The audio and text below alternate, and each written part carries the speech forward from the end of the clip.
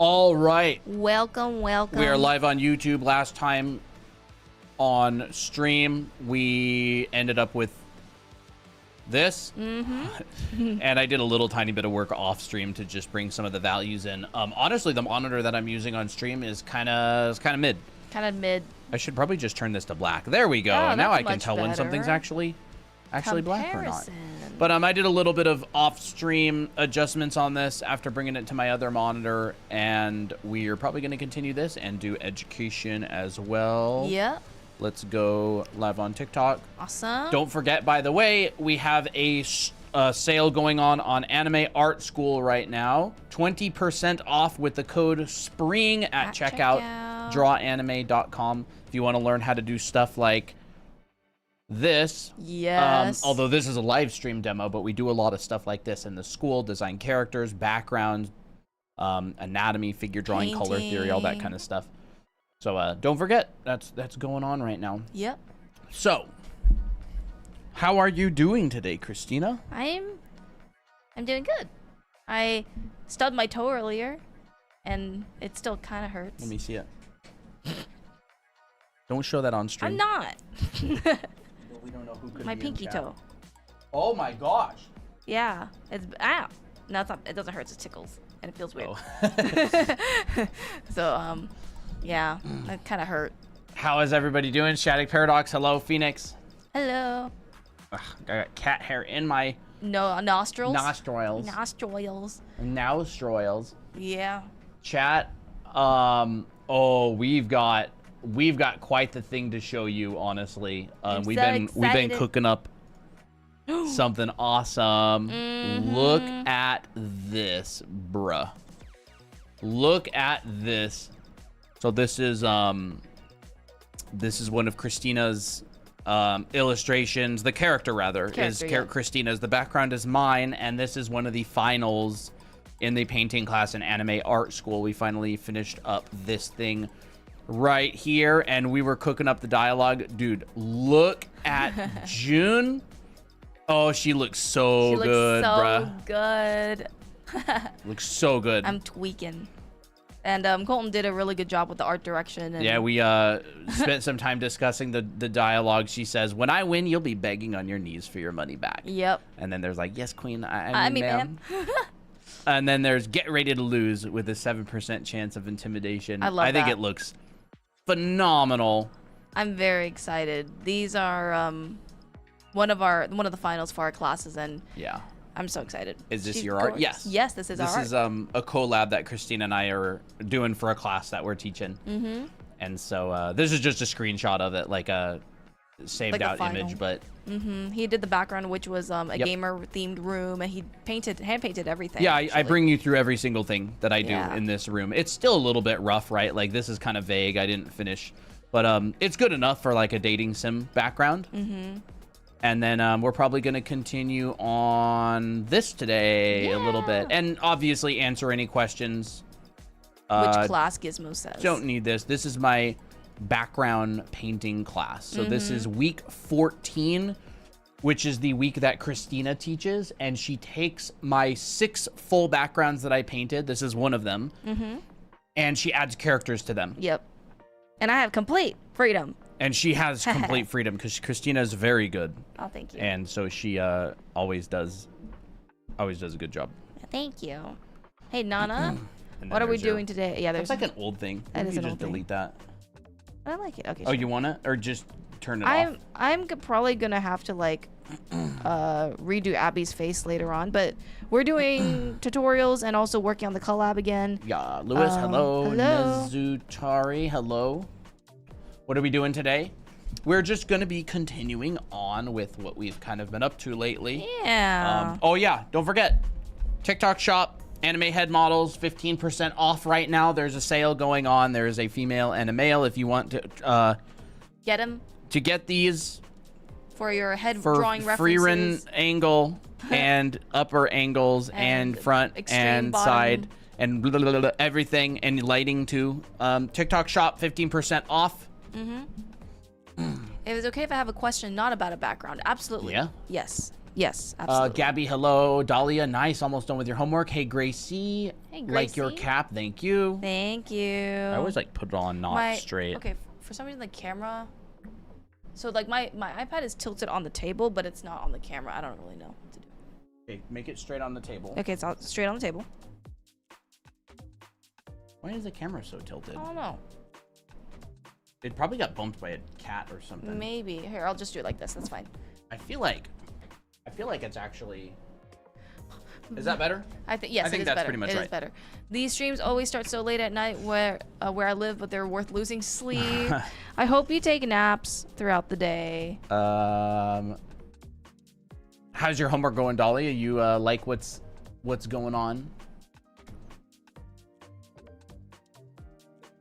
All right. Rowat live? What? Yeah. It's Friday, yeah, it's isn't Friday. it? It's a stream day. Are you okay? Are you okay, Fox? Did you lose track of time? But yeah, I need to definitely ping the server, don't I? Yes. Content updates. Honestly, these upper angles are very difficult to do. So much overlaps. I need help on drawing closed eyes on a head that is slightly turned to the side, if that makes sense. Yes. So closed eyes on a head that's slightly turned to the side. Is it like this? Probably. Bum, bum, bum, bum. So, bum, bum. I remember when I first was learning how to draw closed eyes. It's basically imagine that your eyes are open. Right, let's go like, here's your eye that's open. Happy Friday. Hey, happy Friday. What is everybody going to be up to this weekend? So it's your eye that's open, but you only draw the lower lid. So it's like... No way. Where's my... Oh, it's in front of me. So it's just this. And all of a sudden you got a closed eye. Right, because the eye's closed downward. Or, you know, you can meet them in the middle. So like if you were to draw a 3/4 view... Assuming you have this head here. You can use this for a male or female head. What I do is I'll draw them open. I'll think about it like this. I'll think about them open, and that will determine the size of my eyes when they're closed. So like here's what the eye looks like. Like this?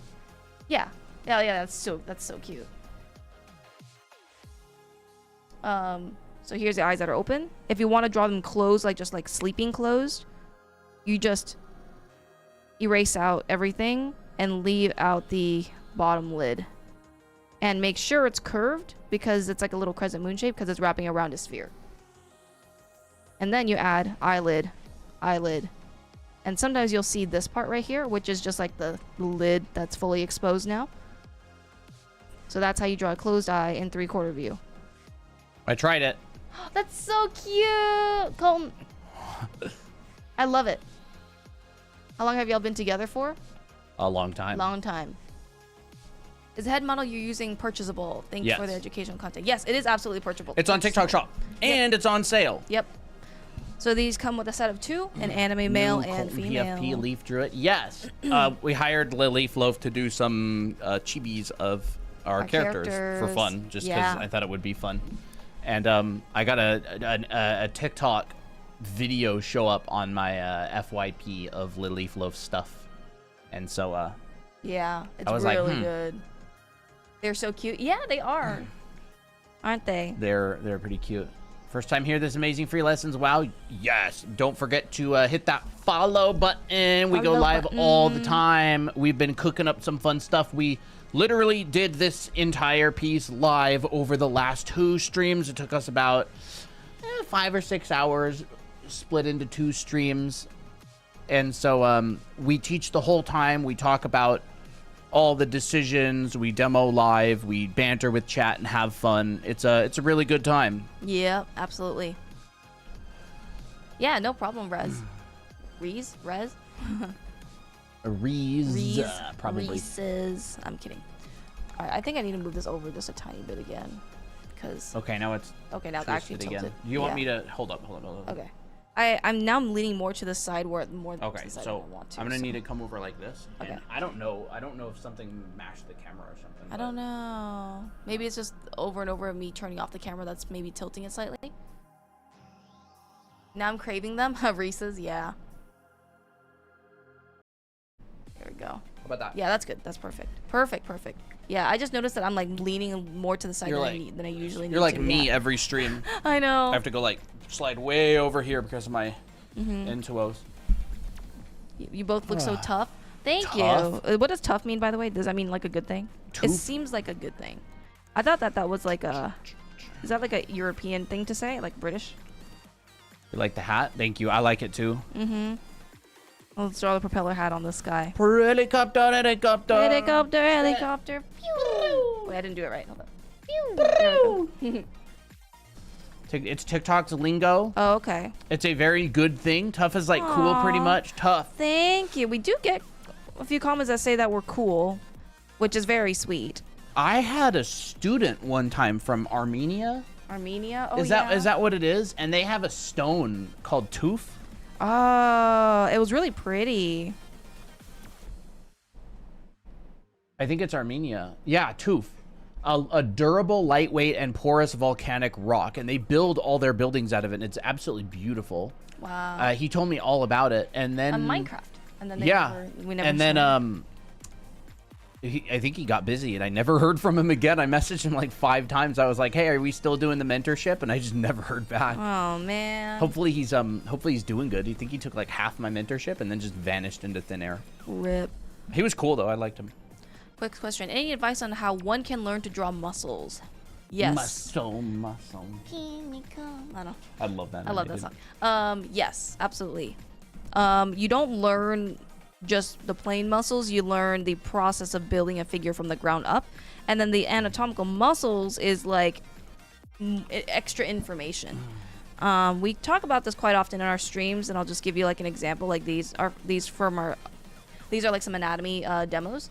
But what you would essentially do is try to break the body down like this first. These are Colton's sketches that he did. Oh yeah, I did that. Yeah, Colton did those. And like this. Yeah. Cherry, you can get this on our TikTok shop. It is on sale right now. Yeah. It comes with a set of 2. You can check out our page, TikTok shop. We make these. Yep. That makes me blush. And yeah, same with the Sipanu. It's on our TikTok shop. These are for sale. They are our models that we make. Yep. We manufacture them in our house and then we sell them on TikTok shop. Yep. And hopefully we'll get them on our own website sometime. Yeah. It's a little bit more labor intensive. Yeah. Are you guys together? Yes. Yes, we are together. We're married. So like for instance, if you don't know how to draw the muscle of the leg, well first you got to know the proportion of the leg and also the volume. So like cylinders are great for showing the volume of the leg because it shows you perspective. Like, oh, are you looking at the top of the cylinder or at the bottom of this cylinder? And what orientation is it? Are we facing the front or the back of it? Are we looking at the back or the front of this leg?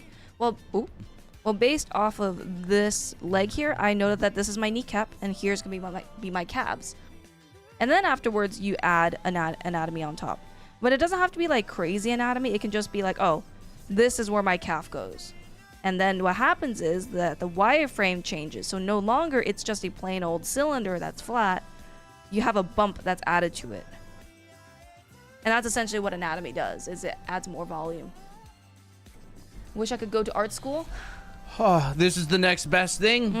I mean, this is honestly probably the best thing. Like, I don't like art school that much a lot of the time. Yeah. I mean, and we do also have our own art school. I guess it depends on the school, but we actually do have an online school, and it is self-paced. You can go through it at your own pace. You buy it once, you get it forever. And it is 20% off right now. With the code SPRING. Yep, with the code SPRING at checkout.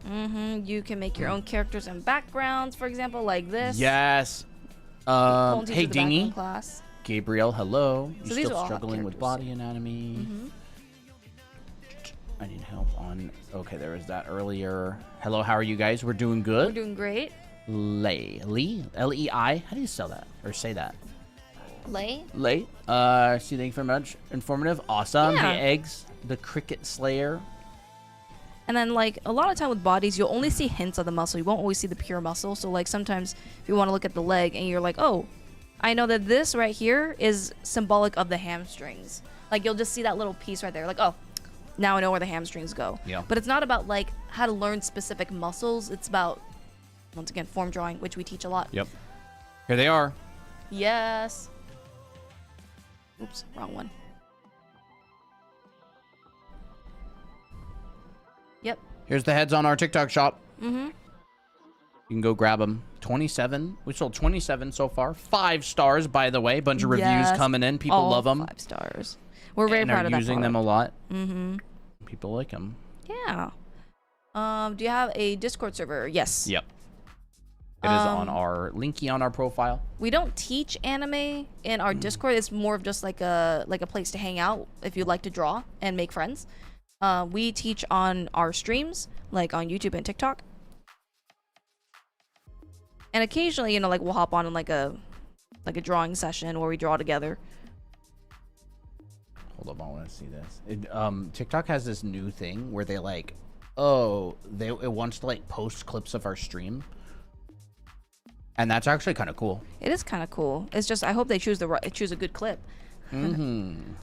How to draw top-down anatomy perspective? Oh boy, that's a loaded question. I mean, you're gonna want to simplify the body into simple volumes. So like, you know, if you want to draw a body like top-down or like looking down at them, you think about the body as like in a simple volume. You know, maybe like a cylinder. Like this, right? You see the top of it, and here's the bottom of it down there. Hey, Lau. You need to be able to draw these very simple forms, right? Like, what does a box look like when you're looking down at it? Yeah, top, front, right? Like this. And then you're just like overlapping forms, right? Yeah. Overlapping form. Here's the arm.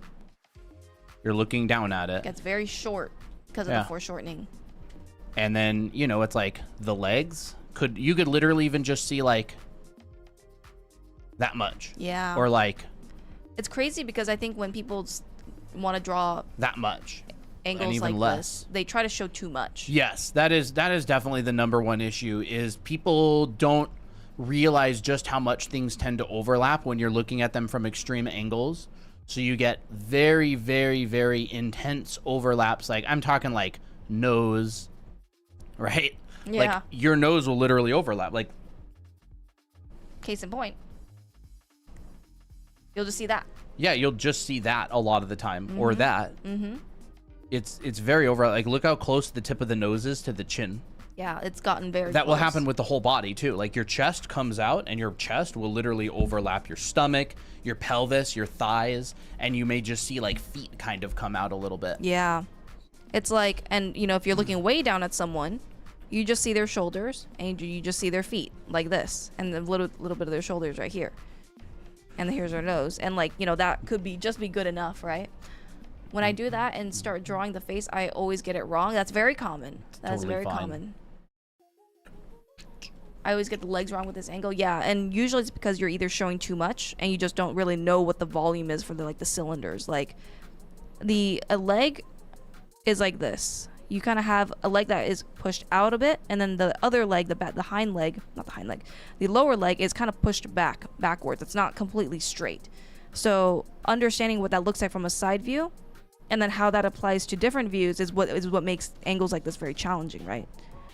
So like sometimes what you'll end up seeing is, here's your head, here's a nose, and this is a very quick version, here's the torso. Sometimes you'll only see a little bit of the top part of the leg and just a tiny bit of the bottom, and then the feet. So it's like the difference between this length and this length is extremely fast.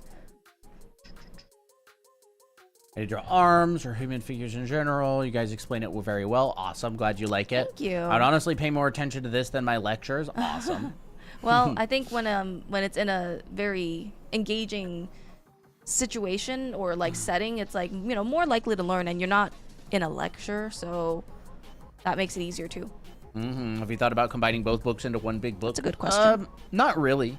I probably wouldn't. Yeah, no, I don't think I would. I mean, it would be kind of interesting, but... What do I focus on to practice as a beginner? It depends on what your goals are, but generally, foundational skills. Mm-hmm. Like, there isn't really much other than foundational skills. So, like, which foundations kind of depends on what you want to do. Like if you want to draw cars for a living, probably not that important to take figure drawing classes. Yeah. If you want to do portraits for a living, then, you know, maybe you don't need to study foot anatomy for that long. Mm-hmm. So like fundamentals, but fundamentals geared towards what you want to do. Yeah.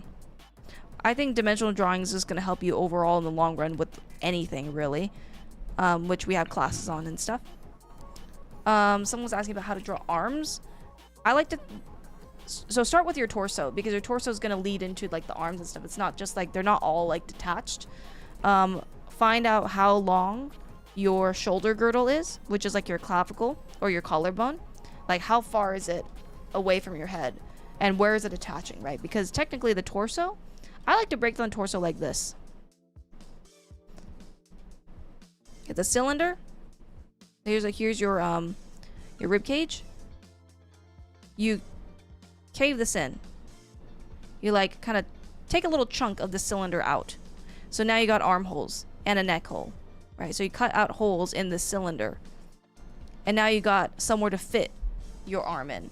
But of course, we got more than just this area. We got stuff like our clavicle, which wraps around, and we got our kind of trap area.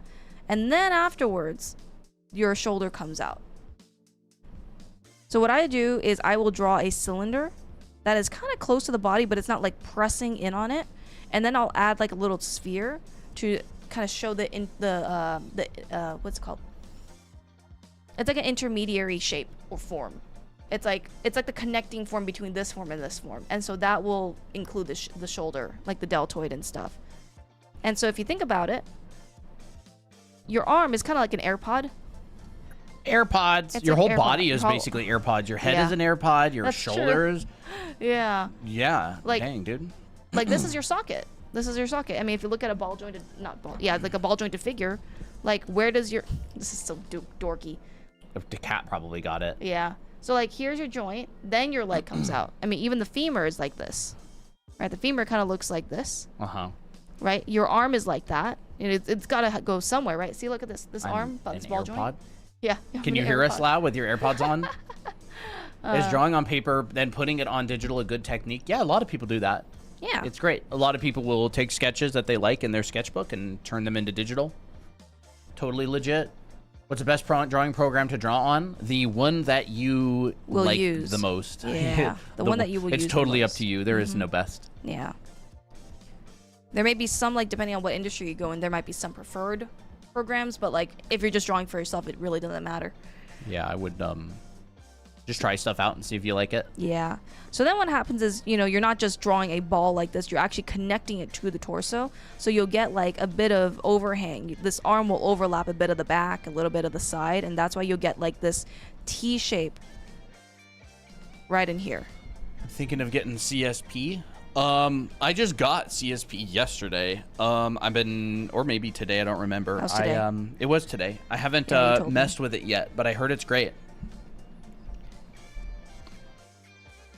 Is it good?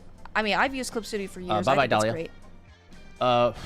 Stinking fly, dude. Get out of here. What brush are you using? This brush you can get for free on our website.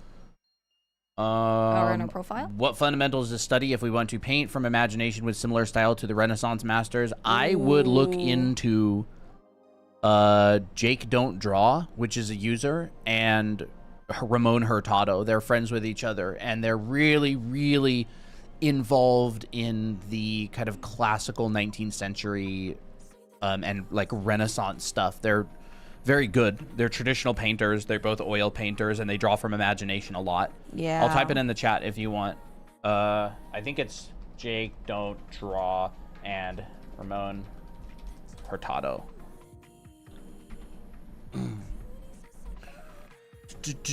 What inspired you both as artists to teach others or even want to teach others? I think teaching others is very rewarding. It's fun. I mean, I kind of fell into it because like when you learn about something, other people will ask you about it, and you don't want to give bad advice and not be helpful. And like you get inspired by your own teachers, right? It's like I feel like a lot of people who play video games growing up are like, dang, I want to work on video games. Yeah. And a lot of people who have great teachers are like, dang, I want to teach people and inspire people like that.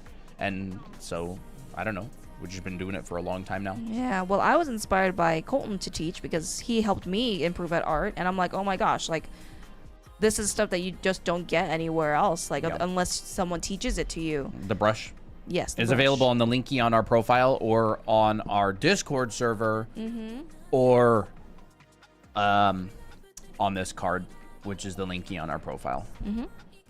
I need to... So, like, if you want to learn how to draw from imagination, it's a very different skill than just trying to copy, right? Because when you're copying, you're thinking, like, what's this line in relationship to this line? And, I mean, I don't have a reference image on me. I actually don't have my phone with me right now. Huh? You don't? No, I don't. Let me think. I'm gonna go get my phone real quick. Actually, I'll wait. So, like, let's say if you're just trying to copy from a reference like this, let me pose this guy here.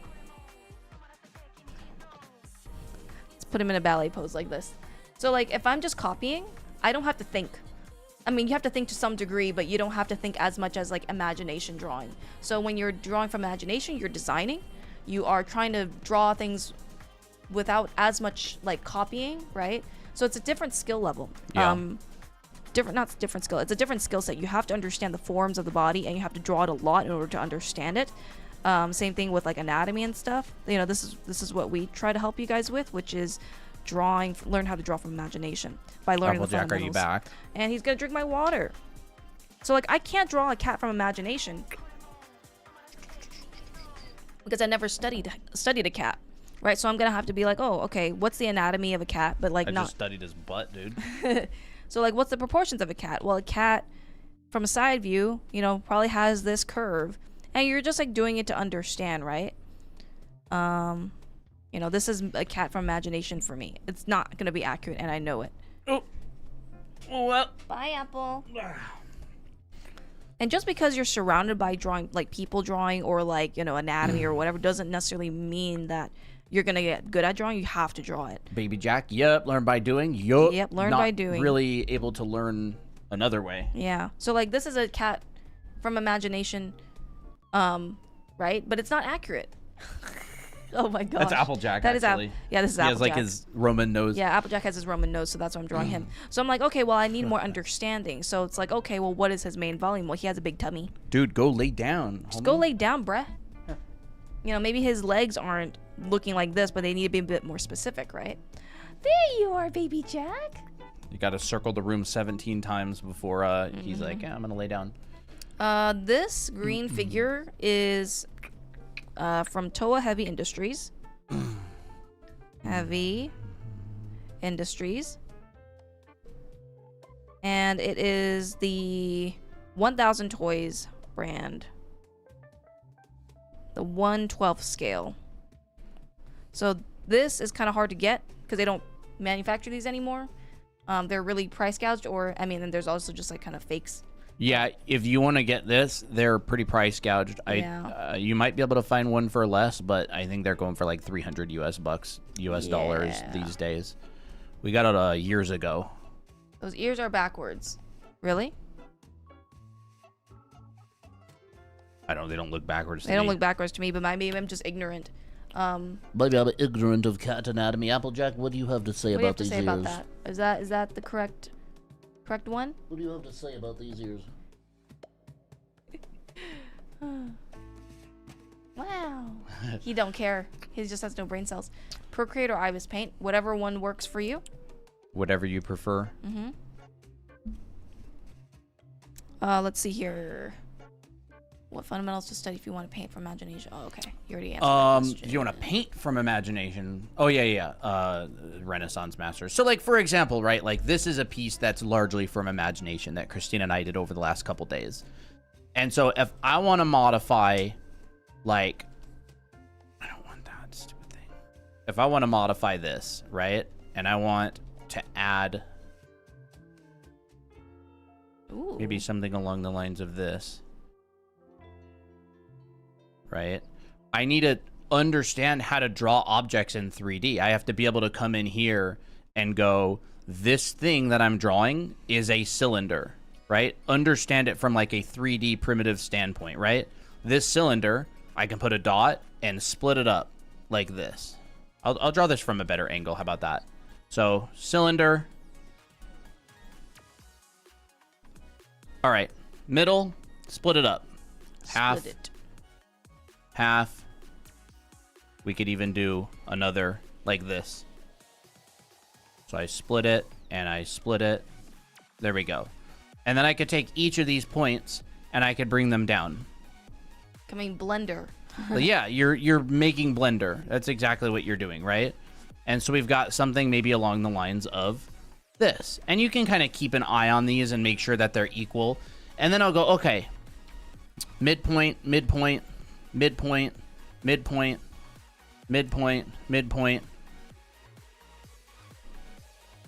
Like this, right? We can break all these up. And then we can basically go, you know, ooh, arches. This. Ooh. You could go like that.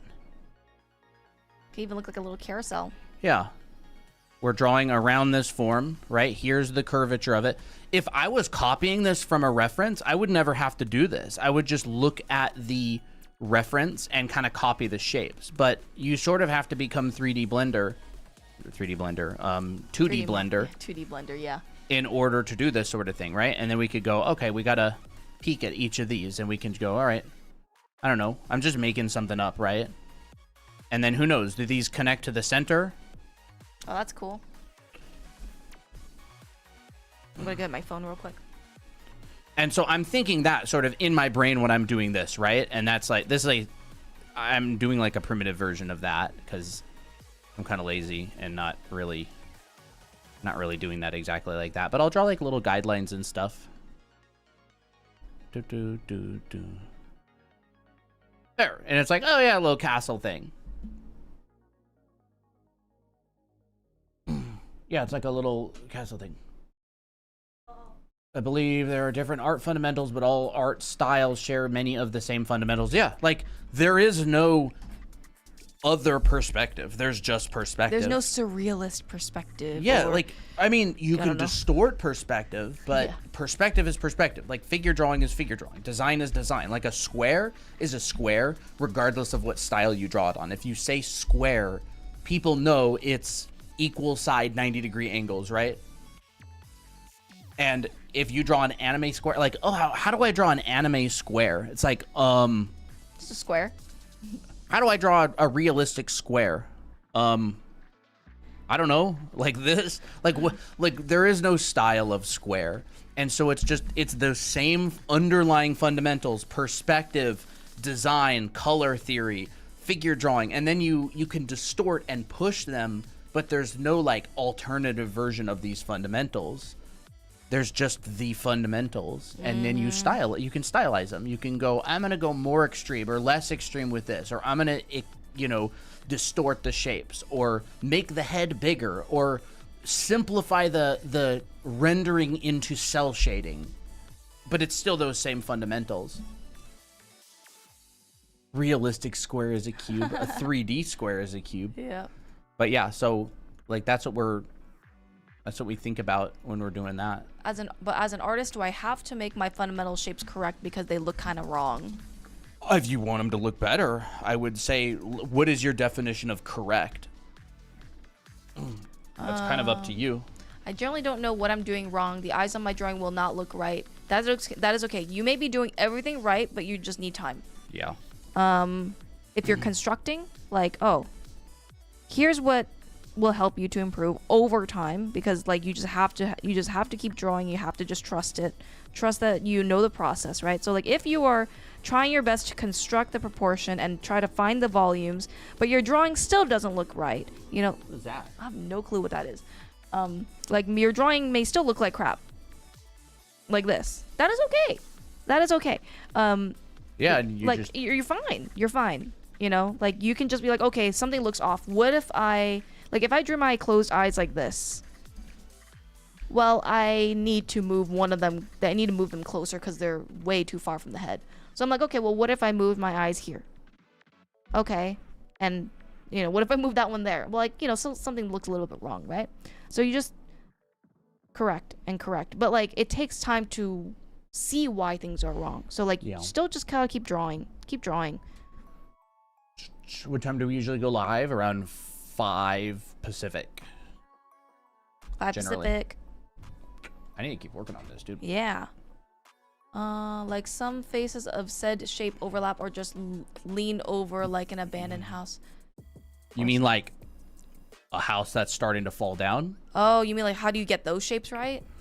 I mean, we talk about this here and there. What's up? Oh, no, Fly? nothing. Yeah, just a fly. Right, like you can draw a box. Like let's say this is like an abandoned house, right?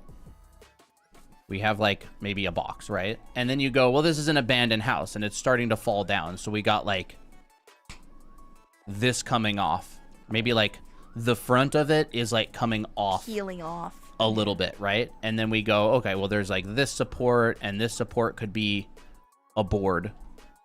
And then we've got like this support here. And this could be a board. And I don't know, like maybe there's another board on the front of these, right? And so we go, whatever. Here's like a board here. And it's kind of busted. And it's kind of coming out like that. Right? Who knows what this is? Maybe it's just like a wooden box or something. We stream around 5 p.m. Pacific time. Right? Maybe there's another board Whoa. here. Right? And maybe there's, I don't know, like a support or something here. Please don't spam the same question. Like that. What's up? I don't know, a board over here. Maybe this board right here is like falling out. So this one back here is like, oh no, I'm going to fall down and I don't know, be right here instead. And Miss Poppy's back. Yep. I'm still having trouble with the anatomy, especially with various poses. Keep doing it. That's totally common. Don't worry about it. Very common. Don't worry about it. Just keep practicing, you know. We could have something like that. Right? We could have some sort of like a foundational structure that this is on. But like you don't like these boxes don't have to be like perfectly in perspective. Like the perspective is just like perfectly on your 90-degree grid. Perspective is just 3-dimensional space, right? If I make a 3D grid, like just kind of a representation of 3D space. Now I have a cat on my pad. On your tablet. Right? I can go, okay, there's a cylinder here and I've got a box, I don't know, here. And I've got another box here, or maybe here. Right, like these are all in 3D space. And I could have another thing right here, and I don't know, I could have another sphere right here. Like, where is this sphere at, right? Is it here? Is that the ground? What about this? What if the sphere is actually really high in the air, and that's where it connects to the ground? Or what if it's... I don't know. What if it's right here? Like I'm moving the location of the sphere by basically going, here's the ground. Just kidding. Here's the ground. Now it's in the middle. Just kidding. Here's the ground. So like these things are really important, especially if you want to make like, you know, artworks that feel believable, is because like this thing could be falling down, right? Like we could have a, this could be totally busted. A roof could be busted. I don't know. Yeah, we could go, oh. Are you live on YouTube as well? Yes. Right? We could have something along the lines of like... Oh, broken bridge. Yeah, like the bridge could be broken. Okay, that's kind of cool. Right? And this could move up. What are we learning, chat? Various things, fundamentals. Our bridge could be like, you know, broken or something. Ooh, Takeo says, I got my draw anime model heads today. Oh, nice. Yeah, awesome. I hope you enjoy them. Yeah. Right? We could go, oh, no, the bridge is out. And then there's like people up there who are like, oh my gosh. I'm doing basic 3D shapes since I'm a beginner. What's next on the roadmap to making good art? More 3D shapes. More 3D shapes. All you're ever really doing is just that stuff. I mean, there's design and stuff like that, but... I would say, like, you know... Don't just only draw spheres, boxes, and cylinders. Yeah. Try to make something out of it. Use them as building blocks. Like, build a castle out of it. Like, a simple castle. Or, like, try to build a house. and learn the perspective, you know? Yeah. Like, just draw what you like to. What if this was like, whoa, and it like sticks out maybe a little bit more? Wait, that's and there's cool. like a shadow there. I'm drawing in perspective. I'm just not drawing it. I'm painting it. But like I'm painting, like if I wanted a box up here, like sticking out, instead of drawing it like this, I could go, I'm going to paint it, but I'm going to paint the sides that are lit. So like, here's this shadow shape, right? This is sticking out of the wall. And then up here, maybe there's this sticking out. And then we got a cast shadow coming down. You're creating something out of thin air. Right there, right? And then we've got a little tower, a little, I don't know, little thing right there. Or maybe it's going to look like that. I don't really know. I haven't really thought about this design too much, right? And so that could be like, I don't know, that. Could have a little person up there, a little princess. Oh, maybe we even have like a little... No shade, but I came across your stream for 3 consecutive days and it's still the same artwork. Yes. Yeah, we have been working on this collab for 3 days. It's the first time we've done it. Still far from being done. Well, yep. We worked on this entire thing. It took about 6 hours and it looked nothing like the original. Do. Art takes time to make, dude. I don't know what to tell you. This is the process. I actually saved the layers as well. Do you guys make comics? We want to someday. This is 2 days ago. This is the where the heck? It's all on the above layers. Oh, these. Yeah. 2 days ago we started with this sketch. This was the this was my sketch. And then we continually worked on it for a long time. It's just adding and adding and adding and clarifying and changing values and stuff. So where's that? Where's that thing? Where's that broken bridge thing? Broken bridge. I think it's somewhere else. It's in another file. Oh, it's in another file, isn't it? Yeah. There we are. There we go. Nope. Wait, what? Maybe it's on another layer? Probably this one. Yeah, there we go. You got a dragon. I don't know. It takes me 7 years to make something, so consider me impressed. Well, yeah. It just... Well, I did do this professionally for a long time, so... Yeah. There is that. It takes a while. It does take a while to make stuff. So yeah, if I wanted to break the bridge, we could just do something like that. We could imply some windows in the background. We could imply like a little bit of castle somethingness. I don't know. Somethingness. Someone asked earlier how to make perspective grids. How to make perspective grids? What kind of perspective grid do you want? You want like a 1 point, 2 point, 3 point grid? And do I need perspective lines while practice? You don't need them, but you could use them. It's totally fine. The perspective is just the perspective line is to help you to make sure that your drawing is in the direction you want it to be. Hey, Master Magic. So yeah, that's how it would like break the bridge, right? And my geometry that I'm thinking about, it's all 3-dimensional, right? Here is my thought process. There's the cross section of the bridge. It's like a highway. There's this coming down. This is like that. This one zoop, comes over here. Back. Zoop, zoop, zoop, zoop. 1 point zoop. is okay for now?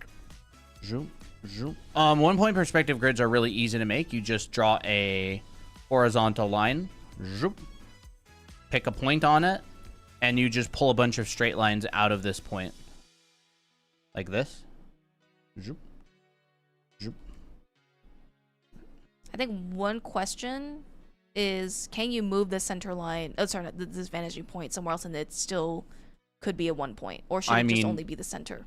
Is that a question someone asked? No, I'm just asking just for chat later on. Oh. I mean, yeah, you would be introducing a new vanishing point into the scene, so the object would be rotated. So you'd probably have a 1 point perspective object, like, you know, whatever, this. And then if you moved a vanishing point, say here, you would have a 2 point perspective object, and you'd have to find a second vanishing point down there. But, I mean, you can definitely do that. I would say just keep it simple, like place one vanishing point. Like usually a lot of people like to place it in the center. You can't go wrong with that. Yeah. And you can place a bunch of verticals. And you can place a bunch of horizontals. And those will be perfectly straight. Yeah, these are perfectly vertical, perfectly horizontal. And then here is my perspective grid. Like that, right? You can subdivide this more. You can bring more lines out. This is Photoshop. You know, I remember when I switched to Photoshop from Clip Studio, I was like, oh, this is actually quite similar. There, that's what I would...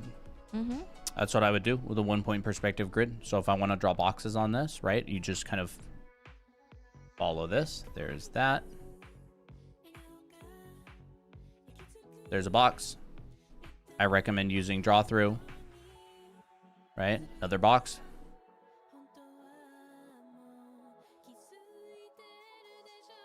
Someone asked earlier, like, is shading just going from dark, darker, darkest? I don't know what that means, really. Yeah, can you clarify that question? I don't know if you're still here. There's, you know, boxes on a 1 point perspective grid.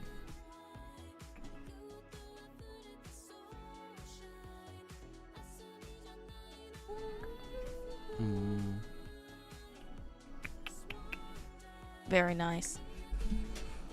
I need more practice on backgrounds, to be honest. That stuff always is very difficult for me. Art of Anam. Awesome, thanks. Difficult to draw a character looking down. It is, isn't it? It is. It's so tricky because like doesn't feel natural. So like when you look at this, you're like, I'm so tempted to draw a normal proportional person that's in, you know, a front perspective. Oh my gosh. This loaf. I know, the perfect loaf kitty. She's a perfect loaf on a perfect yellow pad. Yep. And Applejack's like looking at her. So what's this collab environment you guys are doing? This. I think that's it. Which one's the most recent? This one's probably the most recent. Yeah, that one's the most recent with the shadow. Oh, that's cool.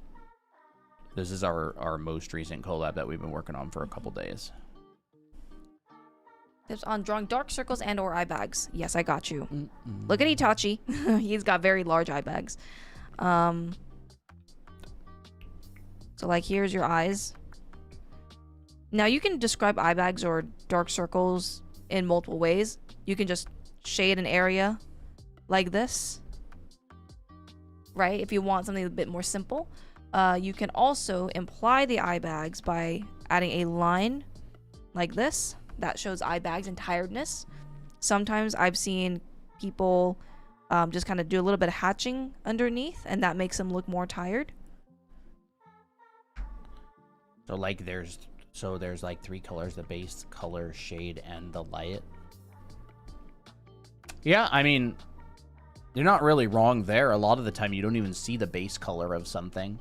You think about it, but you don't have it. You mean like when you're rendering or coloring an object? How to make your art more fluid and lively. Design. Definitely design. Everything is connected. Everything has gesture and is related to each other. So when things sit in an artwork and they feel comfortable together design-wise, that's when things feel fluid and lively. When there's a comfortable flow or a comfortable relationship between things, that would definitely get into like the design aspect of things. Yeah, it would. It's a natural, it's kind of an ability that you have to develop over time.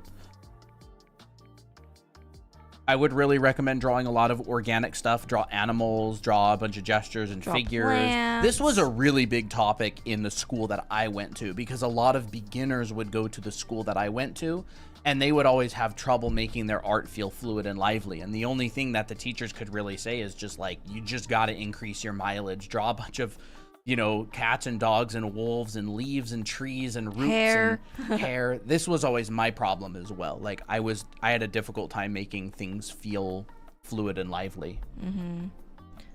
Thank you. This really helps. Awesome. I want to get into animation, but I never know how to start and go about it stepwise. If you're, I'm assuming if you want to do like 2D animation, you got to learn how to draw. And if you look at like frame by frame animations, a lot of time like you got to know how to draw from one step to another. Now I'm no animator, but I've taken some classes on animation, and how some people like to do it is they will start with two extreme frames, the start and the end. And so like here's where the character starts. So like let's say if you have a head that's, I'm not saying I'm gonna teach you animation or anything, but like I've seen this happen. So like if I want to turn this head from front view to side view, what's the middle? And then you have your midpoint frame. Not that this is the actual terminology. So like, okay, well maybe the midpoint is 3/4 view, like this, halfway. So now you like kind of just go in and add more frames that show more fluidity. That's how like frame by frame animation usually works. Yeah.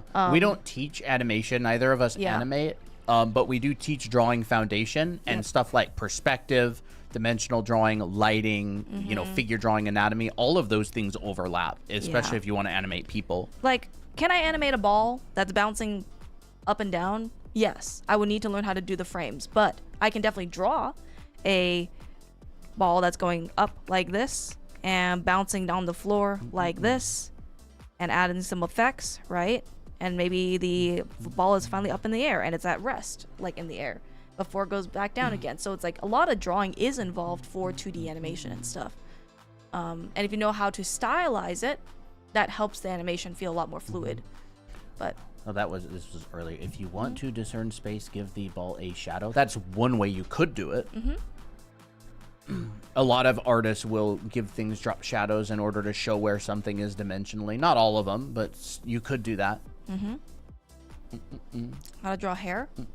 I can give you some tips. Think about front, middle, front, middle, back. Right? We don't want to start at the entire hair all at once. We want to think in terms of sections. What does the front look like, and where is that going to be placed? Well, my front of my hair is going to be within this area. Those are the bangs. Hey Katsua. Hey Katsua. So I'm like, okay. I want my bangs to look like this, and this is my front of my hair. I want her hair to have blunt bangs, and so this will protrude from the side. Here's my middle. Maybe I want like hair that's going out from this point and going around the face. That's my middle. And then my back is whatever hairstyle that I want. Do I want it really short, like this? Or do I want it really long, like that? Do I want it really curly? That's really up to you. And the back of the hair is kind of like silhouette. So it really depends on what you want, right? And then you can add in some like extra stuff. Well, that's what I think about for hair.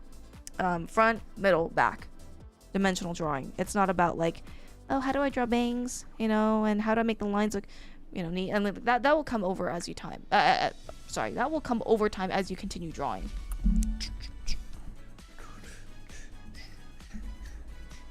A couple brush questions. You can get our brush for free on our bio. Yep, we got 2 kitties on our desk. 2 kitty loafs on our desk. That's so cute. She just decided to just lay there. Yeah. Oh, and by the way, we are holding a 20% off sale on our anime art school if you want to learn. Yes. If you want to learn stuff like this and how to draw effortlessly and draw characters and backgrounds and your own stories. This is our program, Anime Art School. It is officially 20% off. Yes, with the code SPRING at checkout. Drawanime.com. That is the website, by the way. It's not the Google search. That is, just put that in your URL bar, drawanime.com. It's going to be the yellow button that says Anime Art School. You can go check it out there. If you want to draw illustrations like this of your own characters, dynamic, fun portraits, for example, and understand expressions, we got you there. If you want to learn how to do anatomy and figure drawing. Yeah, there's a full anatomy and figure drawing class. Yep. From start to finish. Here's backgrounds. Dimensional drawing class. I teach the perspective class. Mm-hmm. I teach you draw through, 1, 2, 3 point perspective, rotating objects, overlapping and creating depth. I was a background artist for years, working on games and theme parks, and teach pretty much everything I know in this class. Yeah. Breaking things down into primitive forms, smoothing them out, rotating objects. Exercises. Lots of good exercises to improve your intuitive perspective. I teach the clothing and people drawing class, so I teach you the basics of folds. Man, this exposure is horrible. I don't know how to put it closer. That. Okay. There we go. It should. It should. Yeah. I like this one. This one looks. This one's nice. That's one of my favorites. It's a good image. It's a good image to study from. Yeah. Like finding what folds to draw, how the folds are created. That's what I teach. I also teach how to render clothes. From start to finish, have a process. I teach you the process of rendering and coloring. This is what you would learn in a costume drawing class in like a university or a college. You learn the 5 value system, starting with your local values and base colors, and going into your darks and going into your lights, and finding that the separation between light and shadow, which is design as well. And then Colton teaches the more rendering. So all of this is to help you to create, be able to make your own worlds. Yep, exactly, and stuff like this. Oh yes, so much. Yeah, there's some really fun stuff in there. Look at June. Here's like a character with a background as like a dating sim visual novel type style. Yeah. Here's backgrounds that Colton drew and painted. That's fun. With different lighting scenarios and stuff. So like possibilities are endless. Yes, ma'am.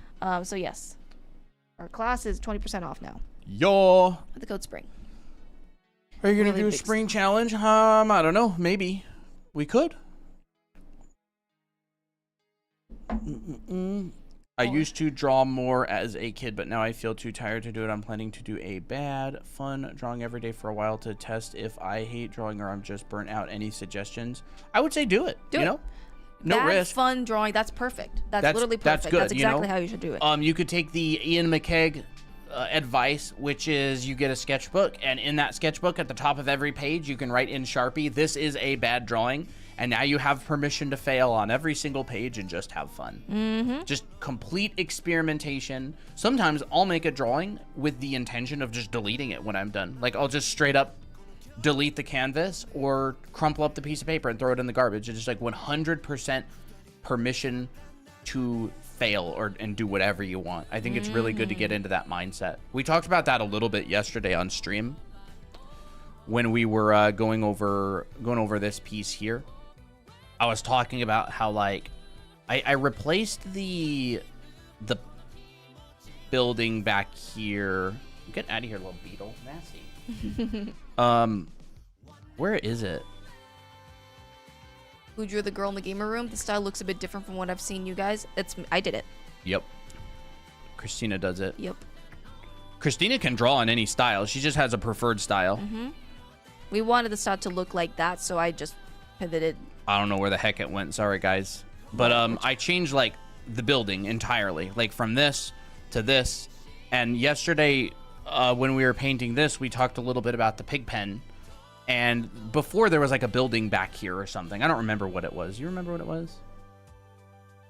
It was like clothing lines. Yeah, it was a clothing and so line. It kind of looked like. It was kind of empty. Yeah, it kind of looked like this, right? And there was this, and there was like, I don't know, maybe this back there, and there was like a little clothing line, right? And I was talking about how I literally do not care at all about any of these things in there. Like, if it looks good, if it doesn't look good, do not care. You're just not attached to I'm not attached or married to anything in this image, and I have complete freedom to change it, right? Maybe we have some different color. Maybe we choose the pig color and come in here and do, it's like, stuff. We could have something like that. We could have some boxes and crates in the background back here, like this. Maybe there's like a fence and a little platform and something like that. Like complete change from one thing to another. I just don't care at all. Like, I feel like a lot of people get very attached to decisions, and I definitely can understand that, because it's just like, oh my gosh, like what if I change it and it doesn't look good? And it's the same thing with traditional, by the way. It's like, it's not about being able to save the layer and go back. It's about like not being married to an idea and maintaining the flexibility throughout an image of being like, what if I did this instead? What if I did that instead? Yeah. You know.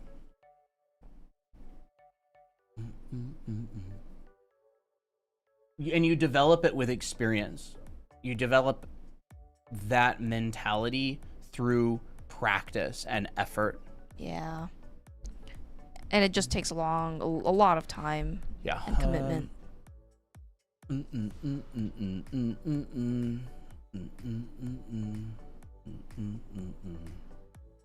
Go.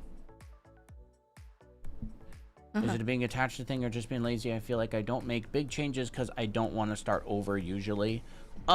Maybe that's attached to impatience, like not being patient with the process and understanding that art just takes time. Like for me, I used to like not really finish artworks at all, and I would just be like, well, why am I trying to rush this out so fast? Like what is the purpose of me trying to get this done as soon as possible? Like, am I avoiding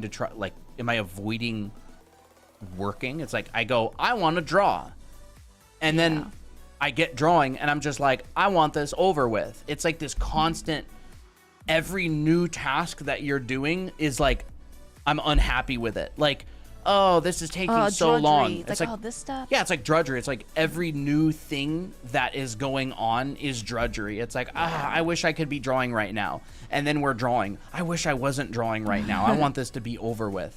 Oh, I want to start a new piece. Oh, I want this piece to be done. It's like this permanent state of mind where you are is not where you wish you were. Oh, the comparison within yourself. It's like you're always somewhere that you don't want to be, and as soon as you go somewhere else, you're flipping it. By the way, you can get these heads on our TikTok shop. Yeah. Yeah, these heads are on our TikTok shop. They're on sale right now. You can order them. You know, and like kind of just I used to hate doing line work. I used to hate coloring because I'm like, I just want it to be done. I was so focused on the end goal rather than just like, you know, like maybe this step I could design a bit more. You know, like, oh, well, I can't wait to line this so I can really try hard on designing the hair to look super nice. It's like each step later on, I realize that there's a joy of it in and of itself, which, you know, it does take time, right? And sometimes like the inefficiency of like just being slow at drawing or just not really knowing how to continue artwork, that does also tend to be hard. Yeah, there is some spec on the green screen, isn't there? Where? That's constant. Oh, that. Our green screen is like it always shows up. Not being tempted to buy that head, even though my heads have been getting better. Master Magic, I think your heads will improve drastically when you actually have a physical model. I don't think. I don't know either. Yeah. Let me see. How do you do character design? What's the purpose of your character? Like, did that work? This green screen is very finicky because we're in such a small room. Yeah. Like for me, if I'm designing this character, I have a story in my head for this character. Now, I'm not saying like you need to do super crazy creative characters. This is a very simple character. But for me, I'm thinking, okay, I want her to be a peasant girl. Peasant girl who's gentle, who has a who has a modest dress, and it is probably medieval. I did want to continue discussing that Go question ahead. earlier, so Do after that. you're done, we can go back to that. Okay, so like I will think of a guide for myself for this particular character, and then once I have that vibe, then I go look up some reference of how I can achieve that design further. But anyways, you can continue. There is no right and wrong character design. There is just, does it fulfill the function or the role that you want them to be? Yeah. I feel like that for me was always the trouble with adoptables, is like you kind of like design characters with no greater purpose than a story. Yeah. And so that's like one of the reasons that I never do them is like I like designing characters that fulfill a role in a story. And like obviously there's design, right? There's like big, medium, small, primary, secondary, accent colors, like shape language, and you can kind of design generic characters. But like what Christina's talking about here is like peasant, gentle, modest, it's medieval. And it's like this character would be unsuccessful if it was meant to be a princess or a queen. This character would be unsuccessful if it was meant to be a knight. Yep. Right? This character would be unsuccessful if it was meant to evoke danger, right? And so it's like there's no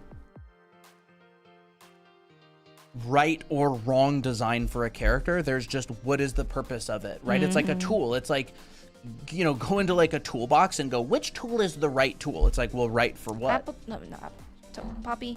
Sorry, kitty. You have to go. Helicopter. It's like, well, what are you doing? Are you cutting a rope? You know, like you're probably not going to want to use duct tape to cut a rope. Do you need to like stick something together? Do you need to put two pieces of wood together? Well, then you probably wouldn't use a saw to make two wood pieces stick together. It's like you can think about character design in that way, and then you apply those fundamentals of design, right? Areas of rest, areas of detail, using reference effectively, color theory, perspective, anatomy, figure drawing, shape language in order to fulfill that role of whatever the character is. And now you can't make a generic character because your design can't be all things at the same time. You can't have a big, burly, buff character and a tiny little character at the same time. You can't make a tall and thin and short and wide character at the same time. Like it can't be everything. It's impossible. It's like impossible for the color red to also be the color blue at the same time, and the color green and the color, you know, brown. Whatever. Yeah. And so character design, like I really recommend starting with what the intention is. Is a hammer a good tool? Yeah, only if you need something nailed. It's exactly what it is. Like I totally, and like it sounds very obvious when you say it and when it's said out loud, but then people will go into a drawing and won't think about that at all. Like things have to actually be applied in order to be useful. It's like, you know, everybody goes, I know, or oh, that's obvious, or oh, I know this part, but I just can't. People will be like, oh, I'm so good at drawing XYZ, but I just can't do XYZ. And it like, you immediately go, then you're not good at doing XYZ, which is fine. You don't have to be. But it's like, you know, one of the first steps to improving is basically being like, all right, where am I at realistically? And what steps is it going to take to get further or get ahead or, you know, fix whatever. Yeah.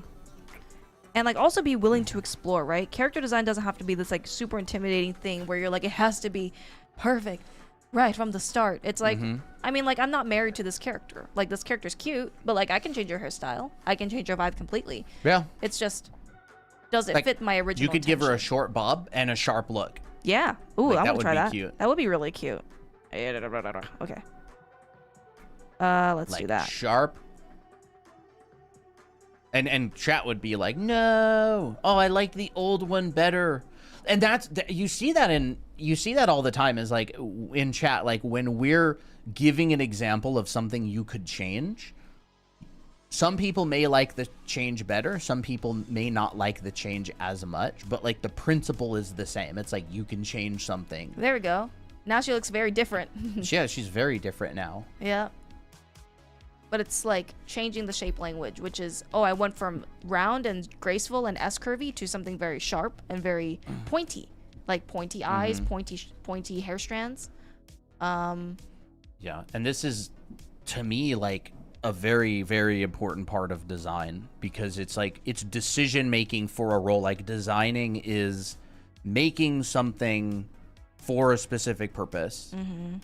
And then there are many ways to successfully do that. And it's like, oh, what do I do here? Or what should I do there? It's like, well, you can do this. You can do that. You can do that. That's another thing with like tangents. Tangents are totally fine. They create an unsettling feeling.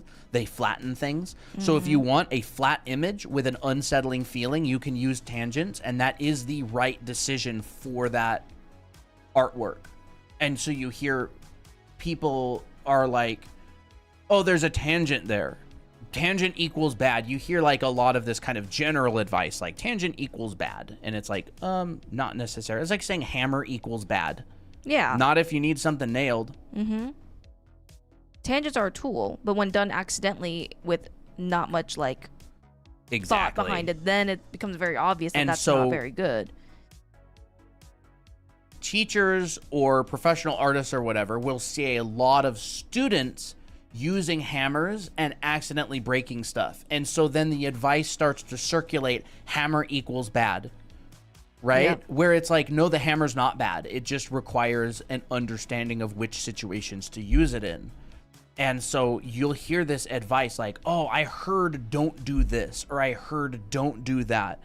And I don't know, like the best teachers that I've ever had, that I've ever taken classes from, like Craig Mullins, or really, really high level illustrators like that are just insanely good. They almost never, it's like always contextual. It's always a case by case basis. It's like, should I do this or should I not do this? It's like, well, what are you trying to say?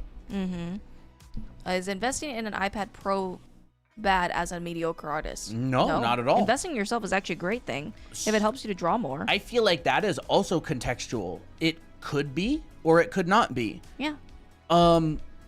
There's been things that I've invested in that have really given me a motivational boost in order to continue, and I look back at them and go, oh, there's no way I would have done that if I didn't make that decision. But then there's other times where I'll buy something and I'll be like, that was stupid. Like, why did I do that? Yeah. So it's like, it depends on you. I like one of my best friends back in school. His name is David. Long story short, he's like one of World of Warcraft's main artists now. He's a super successful freelancer. When he was a beginner, like 19, he bought a giant Cintiq 24-inch when he was a beginner. And he was like, man, this is awesome. And he drew on it all the time. And a lot of people would go, oh, that's overkill. Oh, beginners shouldn't have tools that are that expensive or powerful because they're probably not going to use them. I don't necessarily agree with that. I think it depends on the person and themselves. Mm-hmm. Like 100%. It depends. So you could do it or you could not. You know, obviously the tool doesn't make the artist, but you know, a nicer tool can encourage you to spend more time drawing and doing art. Who doesn't like nice stuff? Yeah, who doesn't? I remember being so excited when I first got my Cintiq and it was a 13-inch and I just used the heck out of it. And it was super fun. You know, what is a good yet cheap tablet to do digital art with? I'm not sure. There's a lot of them. There's a lot of good cheap tablets. I mean, and there's no way to know for certain. Like, you may get something and just don't use it, and you're like, man, I spent a bunch of money on that. Or you may get it and be like, oh my gosh, oh my gosh, so good. You wake up in the morning, you're just like, I don't want to stay in bed. I am so excited to go through and use this thing that I got. Yeah.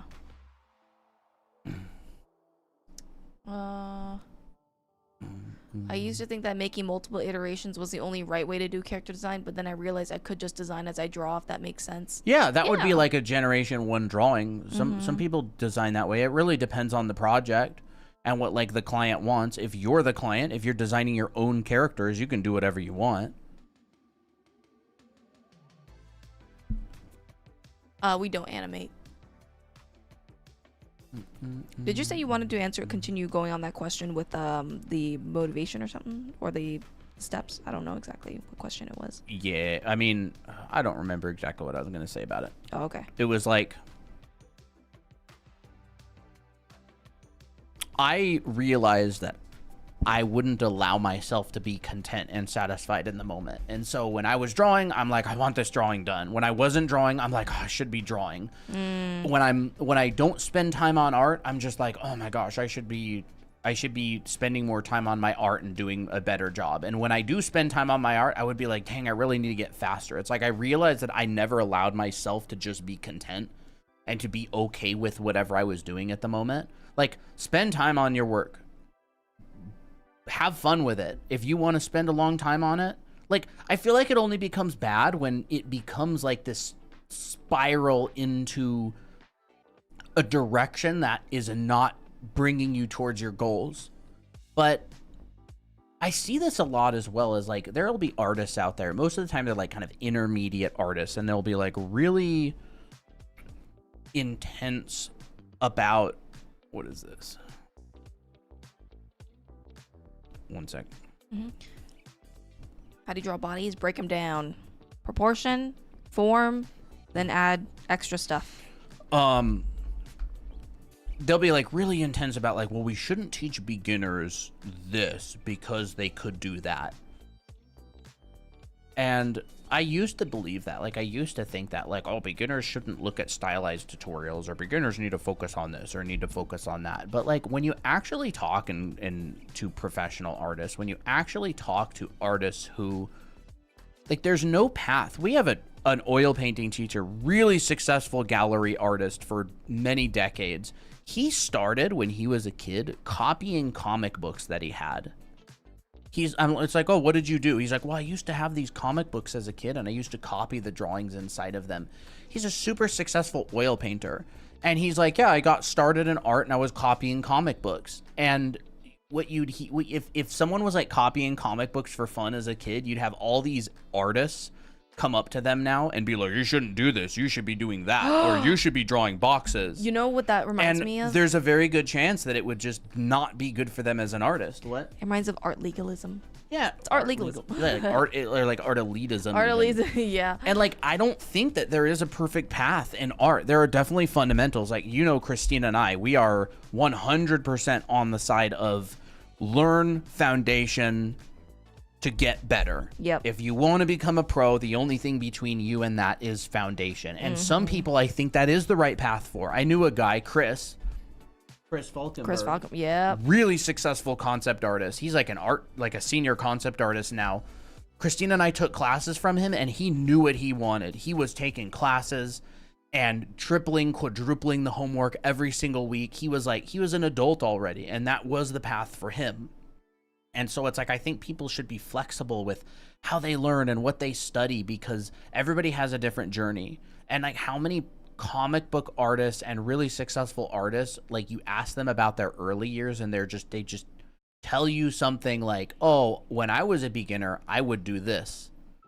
And it's just something that would be completely frowned upon and shunned in the community. Like, oh yeah, I would like copy my favorite illustrators in my sketchbook, or I would like they're just having fun with art and trying things, you know? Mm-hmm.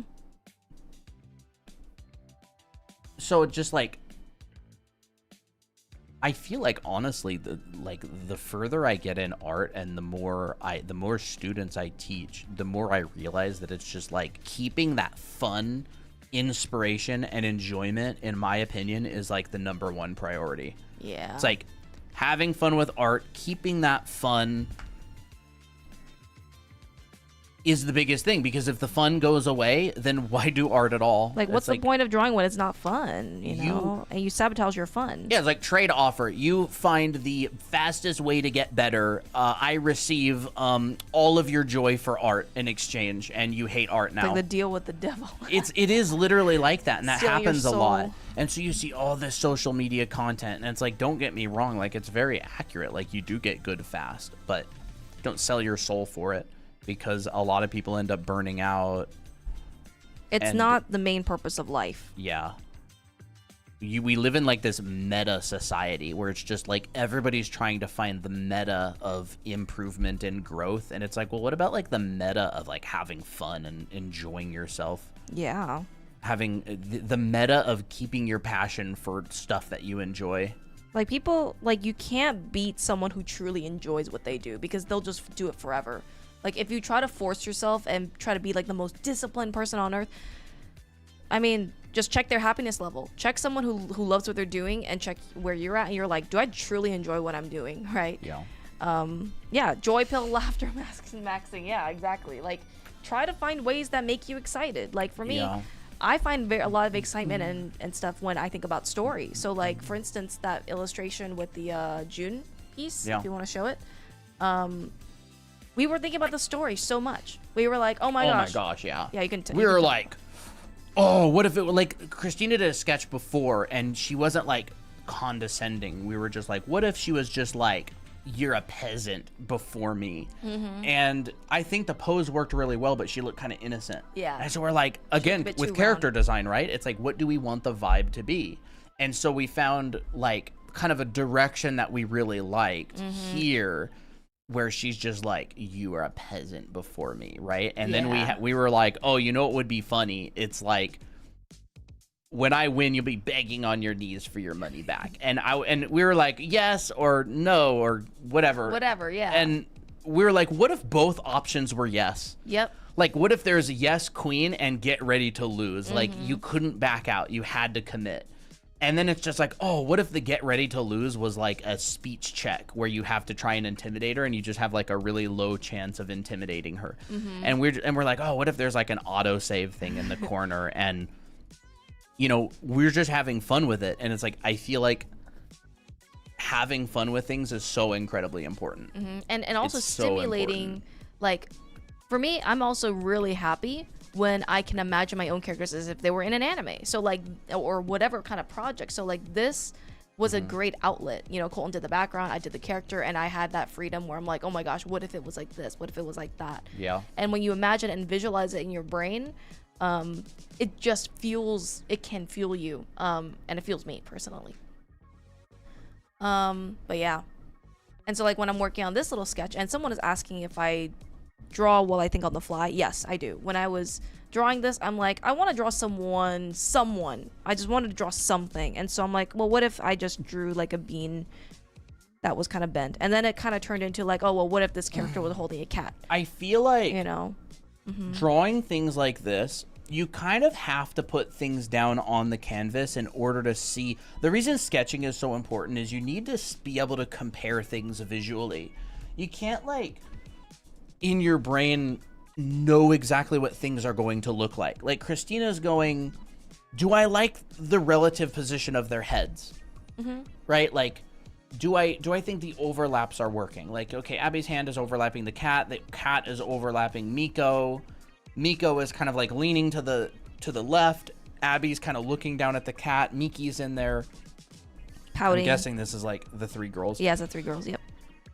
And it's like, does the flow feel good? I really feel like there's a good flow between the heads. Like, Miki's the lowest, Miko's in the middle, Abby's kind of on the right, and there's like a nice sort of triangular read going on. And it's like, you can kind of take your first best guess of what you think is going to work, and then you just kind of got to put it down and think, what is going on? Like, do I like what's happening? Do I feel? And then you have this bag of tools, right? Like, I feel like I don't really maybe know what to look at right now. And so you can go visual hierarchy. What are my tools, right? Well, if I want to direct the viewer's attention, I'm going to use contrast or arrows or pointers, right? I can point people to the cat. You could make the cat black. It adds contrast to the cat. You look at it more. Yep. And then everyone else is looking at the cat. You look where other people look. That's like a really big, that's literally what we used in this shot right here, right? Abby is looking at this sign, the dig in, right? Yep. Abby is looking at this sign. Her sword is pointing at this sign as well. The perspective of the scene is naturally drawing you into this relationship between the characters, the sign, the knife, and Miko's you're kind of going through them. So Miko, exactly, is looking at the knife. Abby is looking at the sign, and you have this composition, right? Even the light hitting the roof right here is bringing you down and in. This light hitting this cylinder is bringing you down and in. Everything in the composition is geared towards the story. This has been designed, and like this person in the background, they're just like a little nugget. I don't want to draw too much attention to them. I want to draw a little bit of attention, so I have them as a dark silhouette, and there's a knife. Context. However, they're not the star of the show. These two are. So compositionally, like, you have all these different tools in your tool bag, and you use them with your own at your own discretion in order to tell a story that you think is interesting. And it depends on the story. Imagine if Abby was afraid of this. Her pose would be different. Maybe she would be trying to go the other direction. Or if Miko was like, I don't know if this is a good idea. Miko is afraid, but she's staying there. And she's like, we gotta do this. If she was wanting to leave, she would be like, out of there. I'm out. Can I escape from here? Right? Yeah. Trying to look for an escape route. There is no right answer. It's what do you want to tell? Yeah. And what tools do you have available in order to tell that story? And I think this stuff is so interesting. This is what I do, by the way, when I like break down people's artwork on stream. I want to be a graphic novelist. I took an interest in art and imaginative writing, and I'm working hard to make that dream come true. So I'm happy that I found your guys' channel. You're in the perfect place. Yeah. Yeah, that's Chungus awesome. Hams, I love that username as well. On the bucket tool, funny enough, I don't use the bucket tool that much. I use the gradient tool just because I'm lazy and don't change. Yeah. When I use the gradient tool, or when I use the bucket tool, I'll make like a selection and I'll just do gradient like this. Yeah, but I'll do just that too. do that. Yeah. I don't change the bucket tool because I'm lazy. Well, I find that the bucket tool has and it weird. sucks in Photoshop. It sucks in Photoshop, so I never use it. I rarely ever use it. With how expensive Photoshop is, it's insane how badly some of the tools work. Is way better on Clip Studio because it has like a smart fill, and it can like it doesn't have like weird artifacts. Like if I filled, well on Portrait it's actually not too bad, but if I filled on here, like you can see that there's no like weird artifacts or there's lines no around like the edge. there's no this, and in Photoshop there's that, and I hate it. I hate it with a passion. I don't get why they do that. I can't. I just don't. Yeah, it's just dumb. So I never use it on Photoshop. Rarely I will use it. Talking perspective, how you guys approach foreshortening? Should it be more technical or just believable? I would definitely recommend learning the technical stuff. Like it's kind of a learn the rules before you break them sort of thing, because like you can learn what you can get away with. If you look at like splash art, they're constantly breaking rules in perspective in order to tell a story. And so, but they're all highly trained artists. They all know perspective really well. They know what they're doing.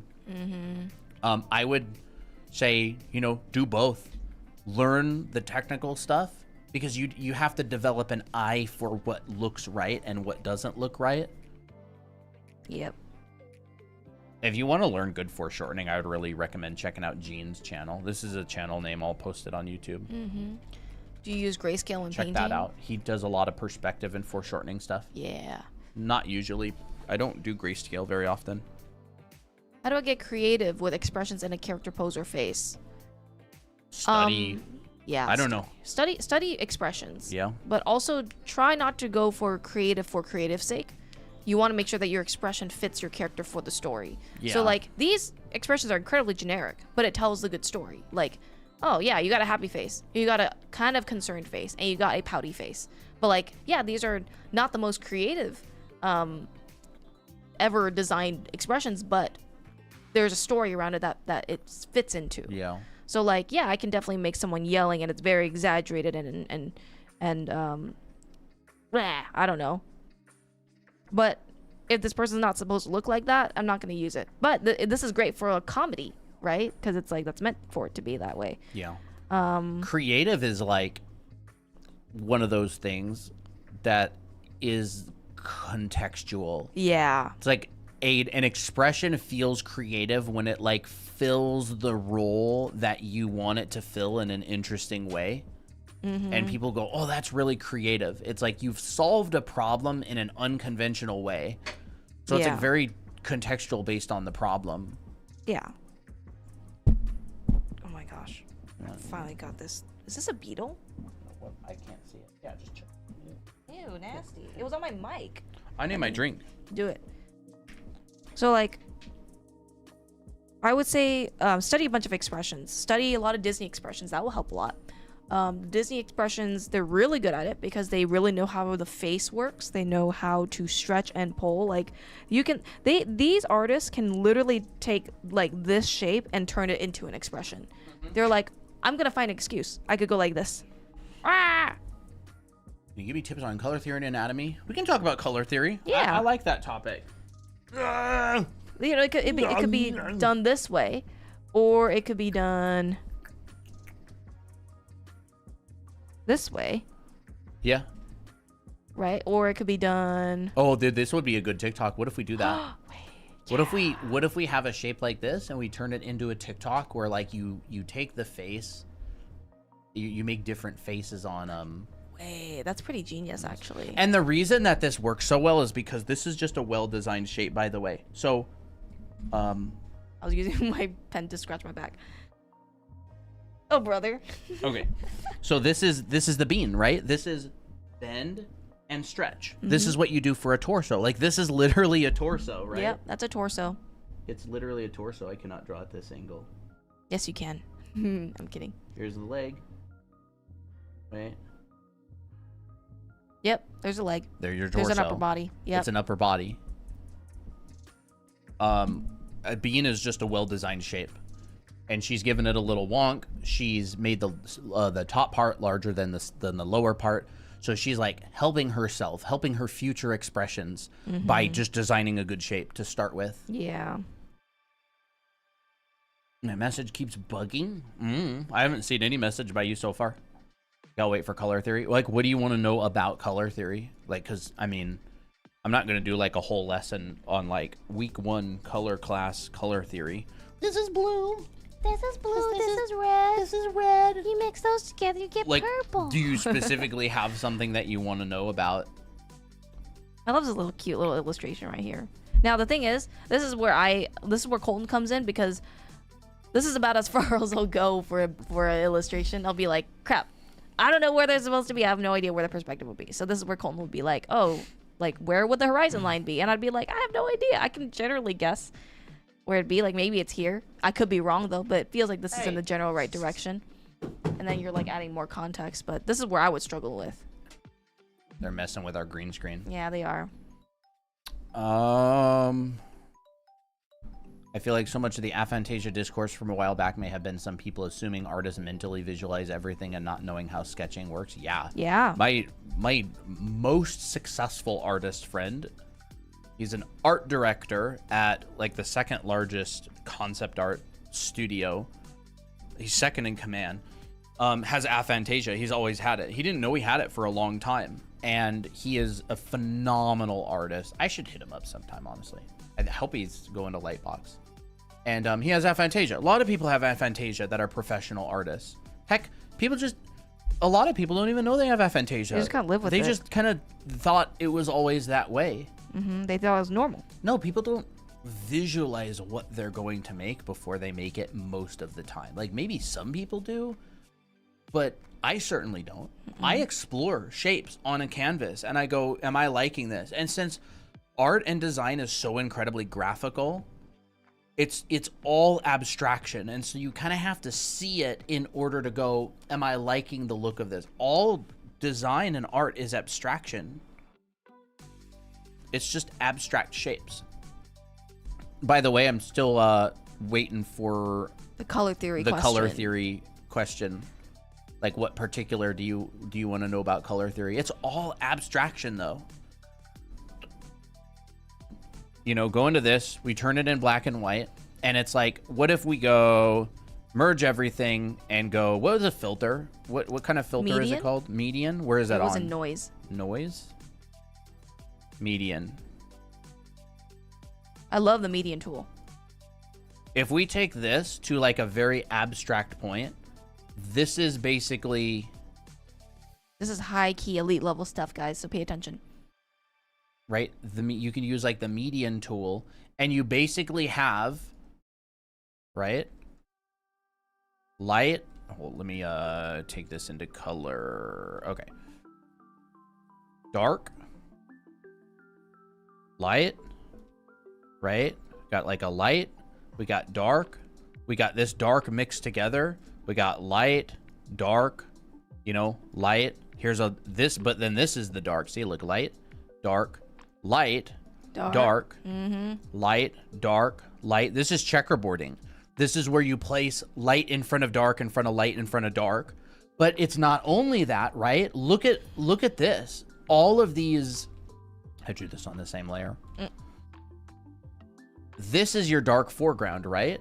But I didn't separate it. Like, I don't have a cut right down here. I have this dark mass interconnected to this dark mass, which is the characters, interconnected to this dark mass, which, you know, trails over to like this dark mass. I've connected my shadow shapes together in order to create more unity in my piece. And we talk about this sometimes on stream. This is more along the lines of like what I would teach in my classes, because this is not very many people on like free live streams are interested in this kind of stuff.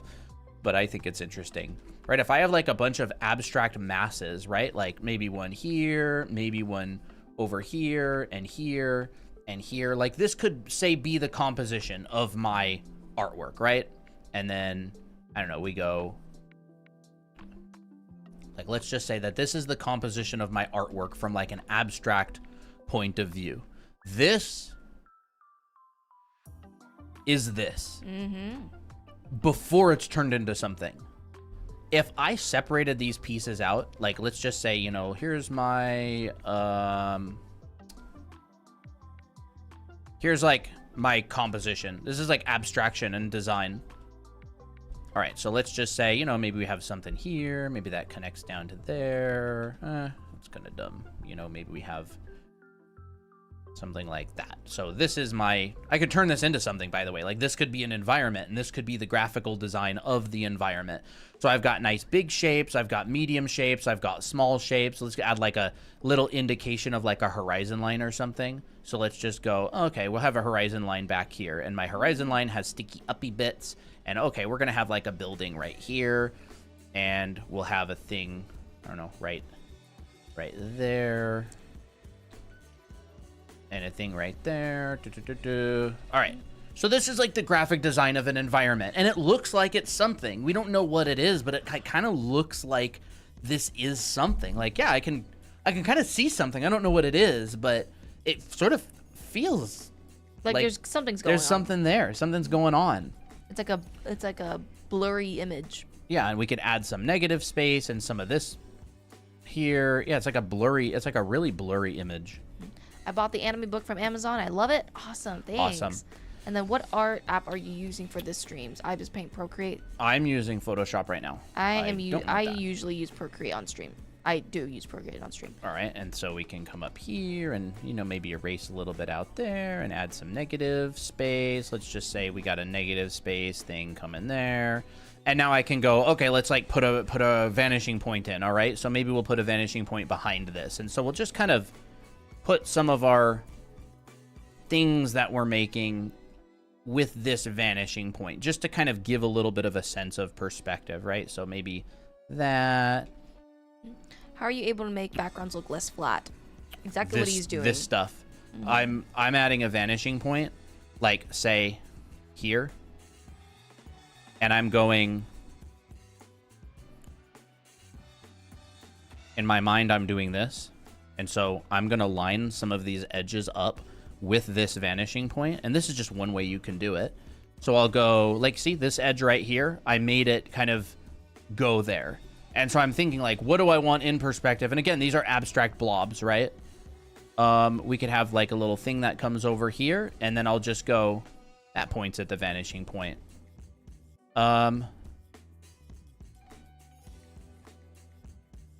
This points at the vanishing point, and this points at the vanishing point. And another way that you can have depth is your shapes that are further from the horizon line are larger, and as they get closer to the horizon line, they squish, because this is how things naturally look as they get further away from us and closer to the horizon line. So here is a series of blobs or puddles on the ground, and then we have things sticking up like trees or whatever, right? Here's a tree. Here's a tree. That could be a panel in a manga, actually. Right? That's nice. Here's a tree. All of a sudden, by the way, if we add like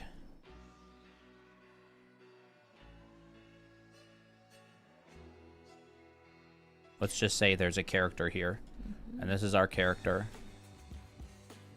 Fox says, how do you pick colors for an OC? I'm losing my head. Make different versions. Yeah. And then choose which one you like more. Let's just say this is our character.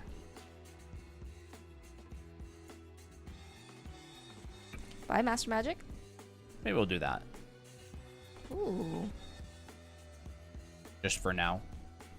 And I don't like this doing that, so we'll bring this in here and put that in maybe perspective a little bit.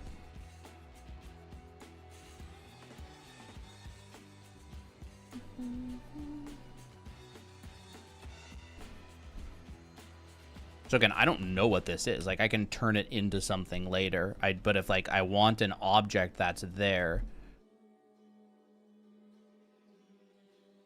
could be interesting. Whoa. That almost looks like, I don't know, not to be graphic, but like someone who like died there or something. They're hanging off like a stake or something. But anyways, if you want, like, I don't know, we could put a character here.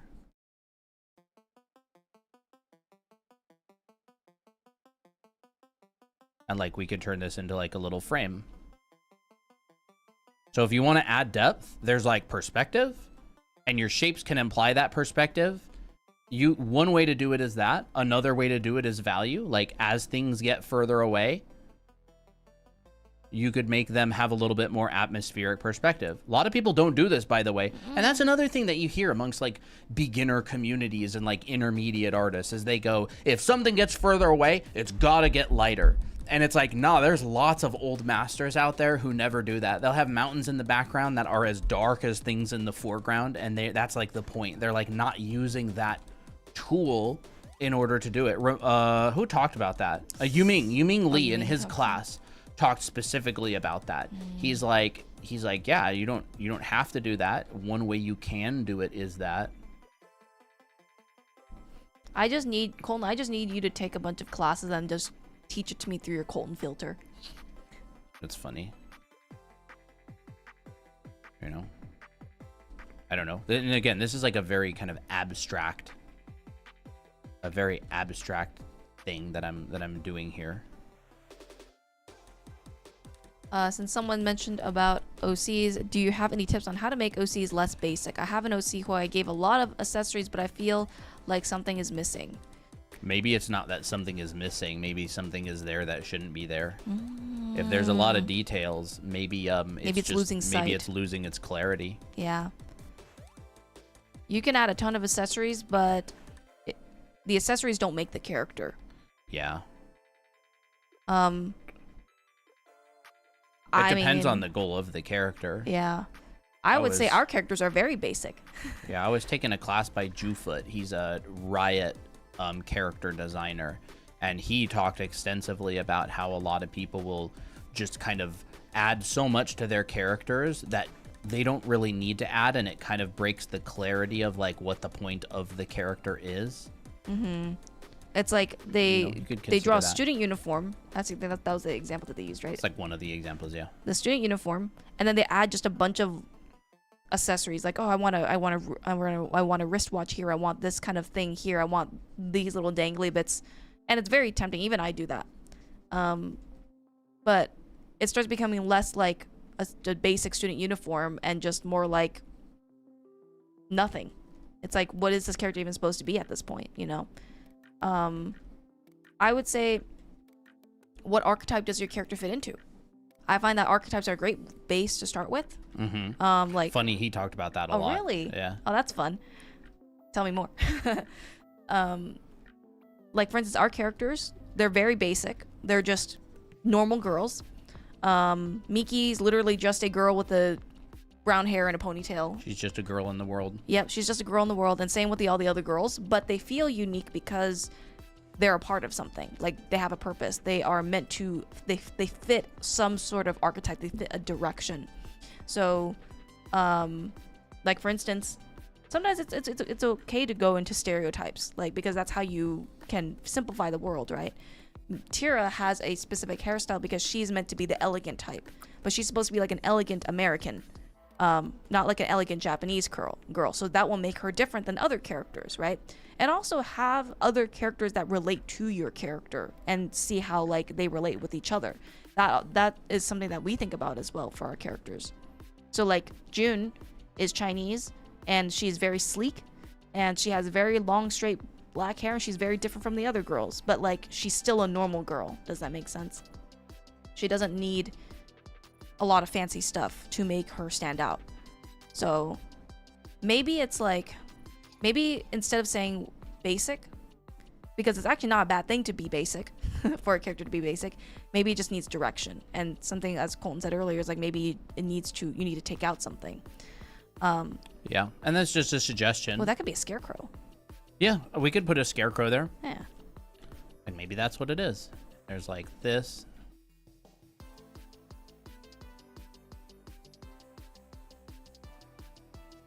Like this sort of thing.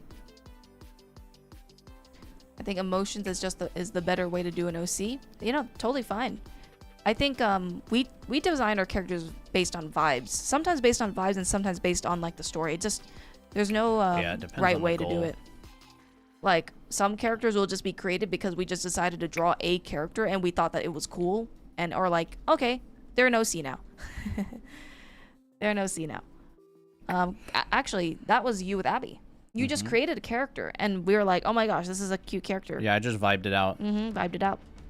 Okay, we could do something along the lines of this. That's cool.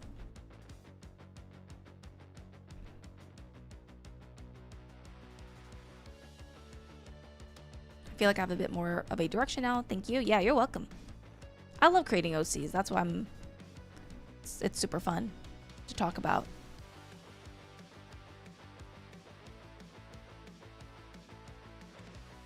I think the more I do art, the more I just really like simple designs. I mean, yeah. That's so true. And like there's great like complicated designs too. Like I love Lolita dresses. I love like the really extra frilly detailed stuff. But they are simple. They are, yes, like, that's very true actually. The detail is used as like filling large simple shapes. Oh, that's a nice shape right there, Colton.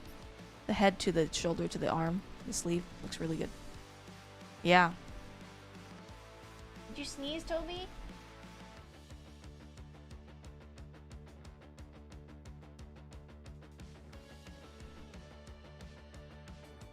You talk about this in anime art school, right? Kind of the composition. Oh, like yeah. that. I talk extensively about this kind of stuff in my painting class. We do a lot of graphical.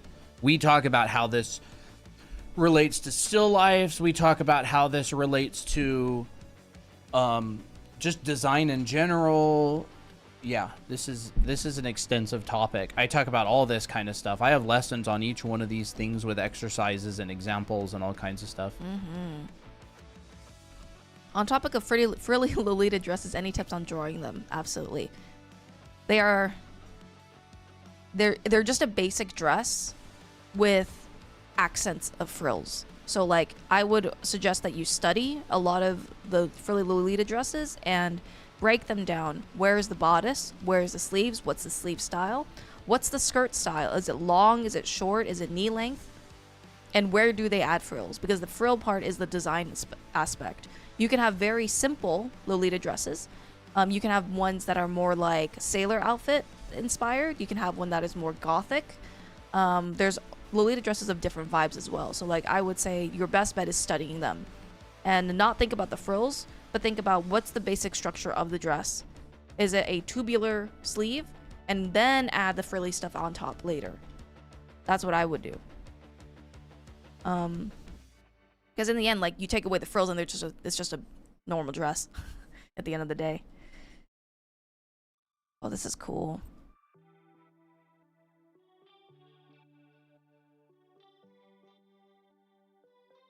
Should I color one of my drawings or do a coloring book? Totally up to you. Totally up to you. What do you think is going to be more fun? Do the one that's more fun to you.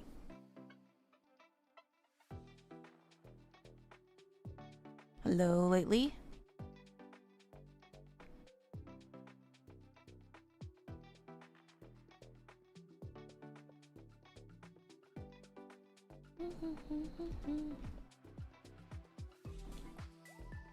Let's see.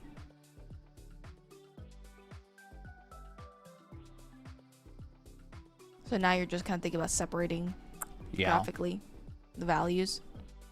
Yeah, like I'm probably going to come in here and add like a third value to just differentiate some planes. This looks like some sort of samurai at a farm. It kind of does, actually. It kind of does. Now that you've mentioned it, I was thinking something like that, you know. Oh. But again, it's like this very kind of graphical. Ooh. I'm not, like, my biggest thing is I don't want to wreck the shapes I just spent all that time making. And I'm going to also, like, improve the shapes over time as well. So, like, I come in here and I can actually refine and modify these shapes.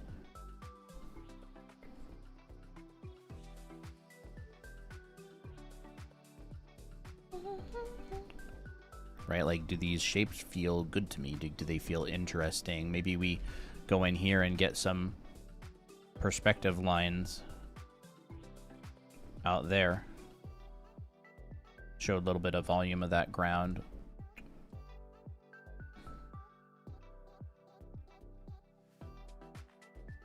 Oh, that's cool.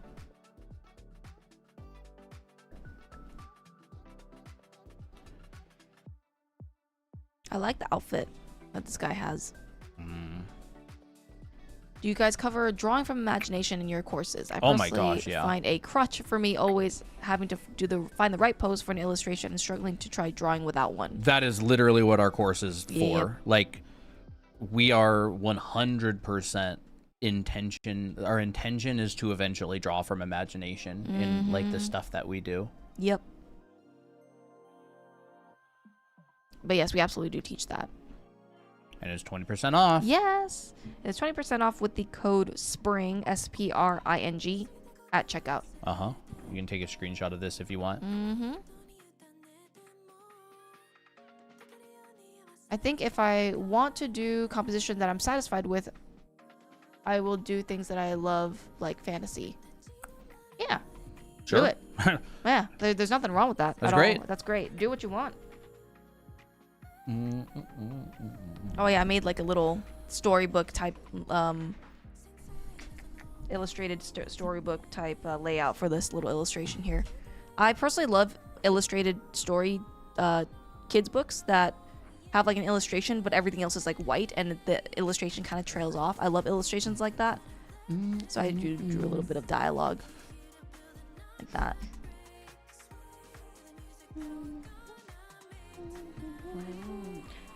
No fear. Mason cat from Wiki. It's cute. Apple baby? Baby Jack? Baby Jack? It's Baby Jack. Oh my gosh. You're being a pest earlier, weren't you? You got scared off by the little blower, didn't you? Applejack, we found what he's super obsessed with. He's obsessed with plastic. Anything that's like flappy plastic. Oh, yeah. He just like will literally. He loves the crinklies. He loves the crinkly sounds and the texture. So we always think that's funny. He's probably as obsessive about it as Poppy is with cat grass. You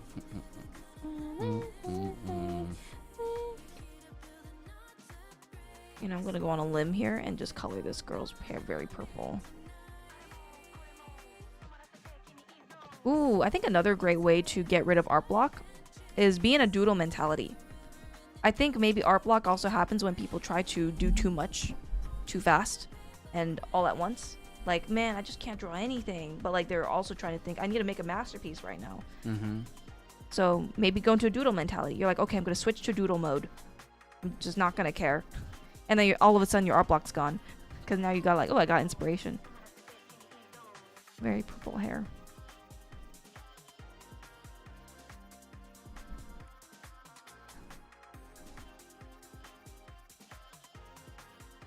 Yeah. If you really want to get to like a professional level, there's a lot of stuff to learn, but a lot of it is pretty sequential and there's no rush. There's no like huge, fast rush. You don't have to stress it. It's just like, be patient. It comes in good time. I feel like another thing is like people who hate practicing a lot of the time, they just really don't like practicing. I feel like a lot of people like that have been very impatient. Yeah. It's like practice is like, oh my gosh, I could be doing other stuff. I could be playing a game. I could be doing this. I could be doing that. But instead, I'm sucking at drawing, and I'm yeah. Good point. Not everybody, just some people. But I just kind of thought of a little story for this girl. Yeah. You know how like purple is a very rare color in medieval times? What if because her hair is purple, or maybe she's like a tribe of people with very purple hair, there's a tangled situation? Not really a tangled situation, but I mean maybe. But it's basically like they have to sell their hair to make money. That's kind of cool. So they grow it really long and then they ching and they make generational wealth. Yep, exactly. That's kind of sick actually. But it's very rare. It's like a very rare like gene. Like they have the gene, but every once in a while they'll have like someone who has purple hair, like very dark purple hair. That's a sick story actually. I like that. And then so the chosen girl with the highest quality of hair and the best texture. But are there going to be like bandits, or not bandits, but like bad parties chasing her because they want to cut her hair and sell it? Yeah. That would be sick. They want to sell it. Or like they want to use her as like a money making machine. So because like I mean as long as the person's alive, yeah, the hair will keep growing. So here's the real question though. I mean, do they also grow out their armpit hair because it's purple too? No. Well, yes, it would be purple, but they will not take that hair because this is a PG show. Yes, this is a PG show. We'll do head hair. And so like their hair is being used as thread for courts, and I would even say like maybe even the hair is very much similar texture to, as close as possible to like wool or something like that, because human hair is very different texture, so it has to be a particular grade. I think that'd be kind of interesting. I think that's sick. Thank you. Let's do it. Royalty would want them because of the purple hair. Yeah. Reminds me of Snow White with the red hair. Ooh, I heard of that anime. It's like Yona of the Dawn or something. Was that it? What if we do this? Or is that someone else? What if I did this actually? That's not Yona of the Dawn. That's a different story. Look.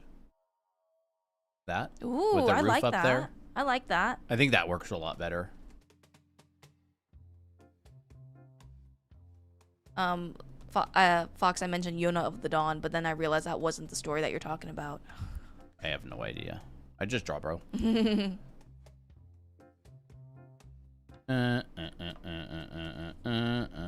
what if she falls in love with the bandit? We've done that. Yeah, I know we have done that. We've done that. I know. We can do something that we haven't done. True. I get bored if we've done stuff before. That's true. I get bored of like stuff like that. You just want something with variety.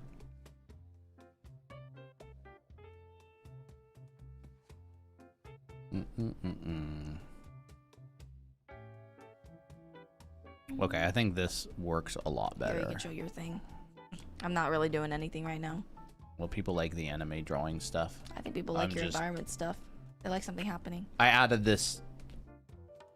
Oh, Tira's here. I changed that into the... Ooh, I like that one more. You do? I do like it more. I feel like the previous one was more elf. Yeah. Elf-shaped language. This one's more like human-shaped language. That's kind of interesting how there's like shape language amongst the races in medieval fantasy. Yeah. That's we cool. Could do... Wait, that's awesome.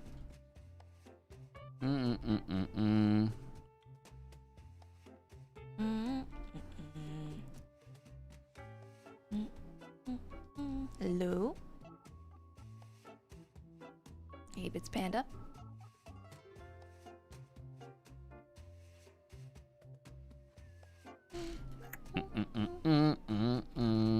And then this would be like really small. It'd be like maybe like this.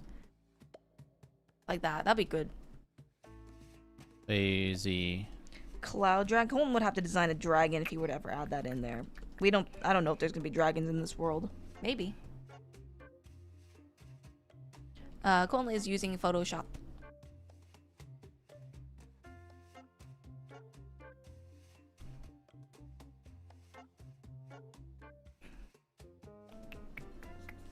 I wish could be an image of Miki scheming somewhere, but it's just she'd just be way too small.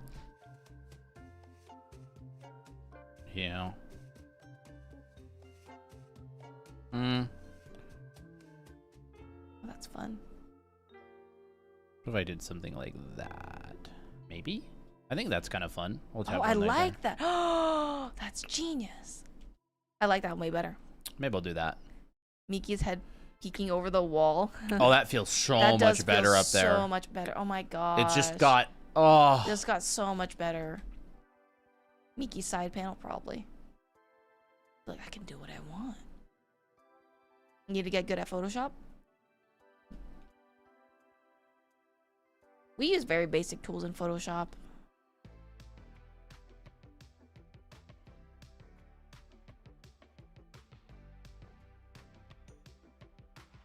Insanely better, yeah, I agree. Me too. I need to get good at Photoshop because I don't know very many tools in it. Some artists, like Asian artists, like Chinese and Japanese artists, they have like really insane ways of using like these adjustments, and I'm like, bruh, like I just cannot keep track of all of them. I think that works. I mean, this is out of perspective now, so I gotta at least a little bit. There we go. Yeah, I think that works go. so much better. Oh my gosh, I love the depth. And maybe I'll just quickly Hey MJ. It's satisfying when you get a better idea in your art and it just looks so much better afterwards. When you have that vision. Yeah, I don't need to add any light to that probably.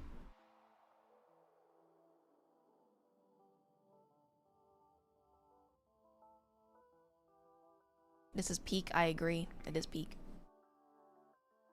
This is the part that takes like hours and hours.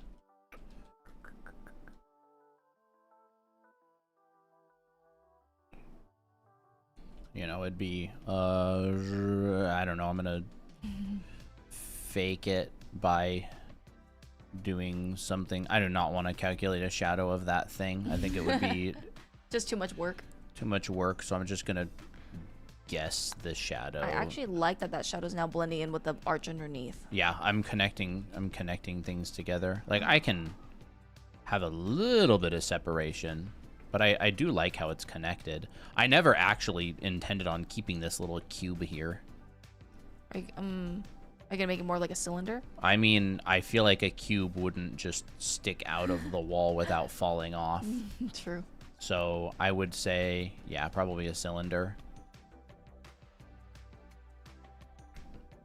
And then maybe this.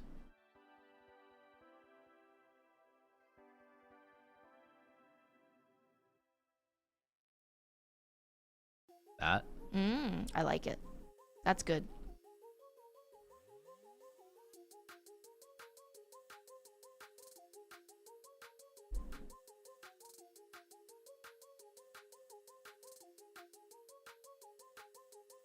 What types of texture or like stamps do you use for your blend? Huh? Like for the blending brush? I don't. I'm using a basic round brush right now. This is the brush I'm using. It is just like default Photoshop brush. And the blending brush, this one, I'm just using this like, it's like a little, I don't know, like a bristle brush, but it has like scatter on. It's a good brush. Yeah, it works really well. I think Colton sent it in resource share somewhere in I think I did at some point. And I got it, and it works so good. I used a lot of it in that June piece. Did you? Yeah. It's so good. So good. Just makes the artwork look so smooth and nice.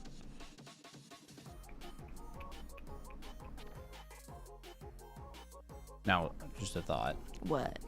What if it had like that? Oh, that's cute. I like that.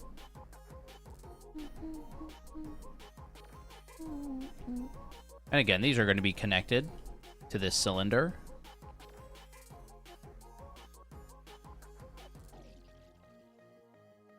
And this is just like a long cleanup stage. Ooh, that feels better to me. Big differences, too. Yeah, huge difference. Well, it's because it's very silhouette. Wow.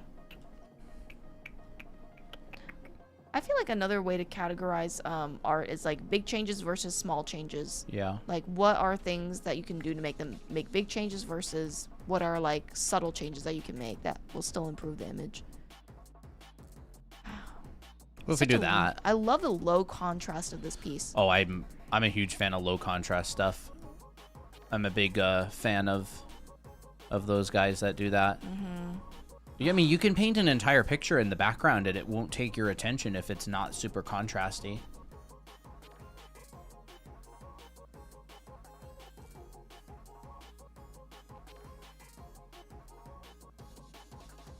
I don't really know if I want this on there. I guess it could be an interesting silhouette break. Looks like little cat ears.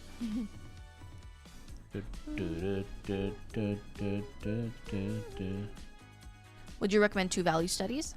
Oh yeah, noton studies are super useful. I did a bunch of them. And like master studies as well, like or movie studies work really well. All of the studies. My perspective is probably a little bit off. I never made a perspective grid for this piece or like really kind of checked it. So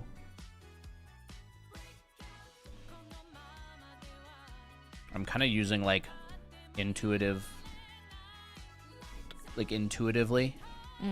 Like I know it's kind of like 2-point. This is pretty much, these are pretty much all verticals. This is like coming in just a little bit. It's cheated. You know, cheated for effect. It's cheated. So little bit of curvature coming over here. And then this is all straight, vertical, vertical, vertical. And then I got like a vanishing point, you know, kind of like this. Here's my horizon line. And then this one, see that this should probably be up a little bit more. Oh. Maybe something along the lines of like this. So if I were to adjust the perspective here, I'd probably go horizon line. Yeah, it's pretty close. Nice. That would basically be a grid over this. See, that's pretty close. What's a master studies? And there's types of studies?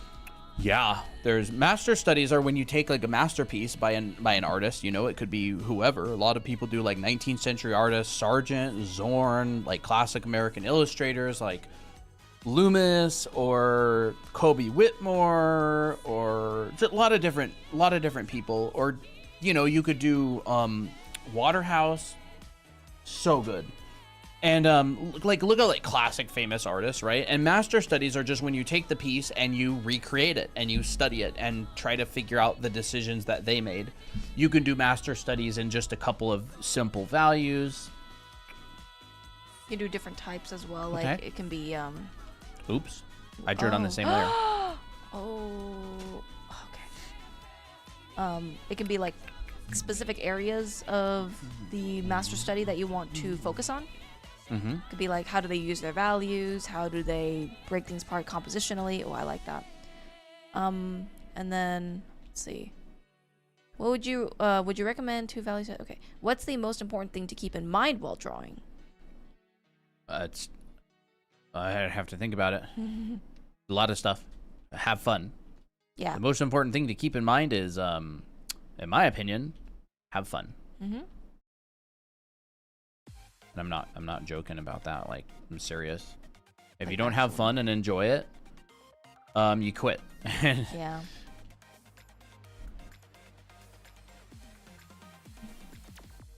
And now I would basically come over here and start working on like little fixes like this. Make sure all these blocks are the same size. This is what takes hours and hours with an artwork, by the way, is fixing. I like that you're just reusing the already good block. Oh yeah, dude. You don't need to redraw it all the time. You just I don't care, dude. I'm not trying to prove I can draw. Mm-hmm. I want to focus on the story and enjoying it. Yeah. I feel like that's another thing is like a lot of people draw and try to prove that they can do something. I don't really care. not trying to prove that I can draw.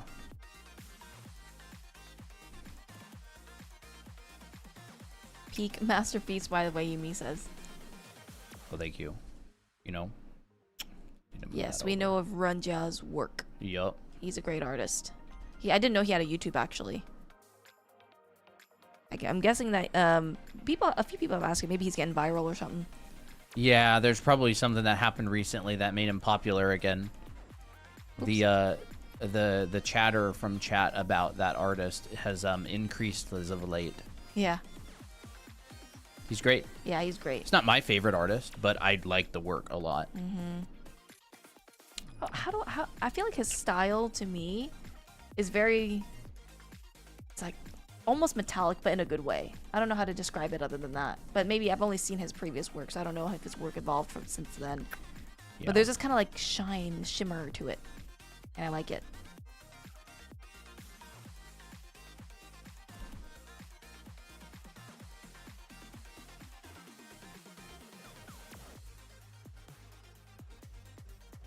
I feel like a 3D printer with this. I'm like this. Yep, literally. That's what I feel like, dude. I watch our 3D printer go and burr, and I'm just like, that's what it looks like when I'm like drawing. Like, it's what I feel like. You move around on the canvas, you're like, oh, I'm gonna add this there, I'm gonna add that there. Yeah. I'm operating in a really, really small value range. Mm-hmm. And this piece almost looks very monochromatic, but you can tell that that's brown, even though it's covered by a bunch of blue. Yeah, and I'm operating in a really, really, really small. I don't like how this is working. Honestly, I'm like, we'll just leave it to the imagination. Mm-hmm.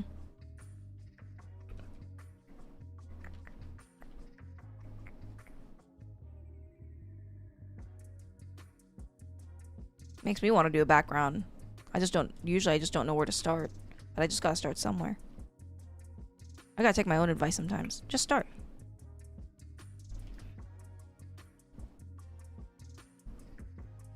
Like, it would take so long to do a line work of this that I'd give up. I'm not gonna bother. Like, I used to do like these really detailed line works of this kind of stuff, but honestly, I feel like I kind of just enjoy exploring painting. Of course, I had to practice painting a lot so I could kind of not do line works as much. And honestly, the work probably still suffers a little bit from that.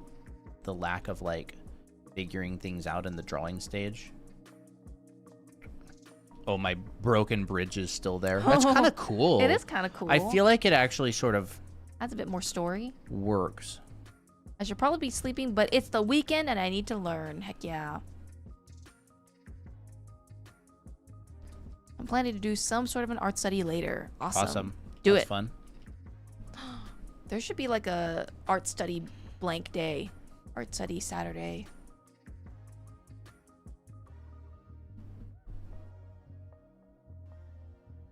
That could be fun.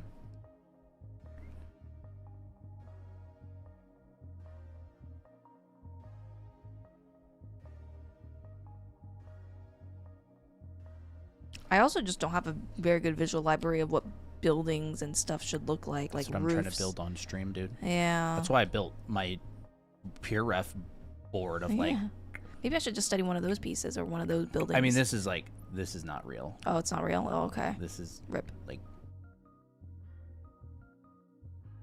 But could be fun. Yeah, I sort of like this. These little tweaks here and there. Let's see what we got.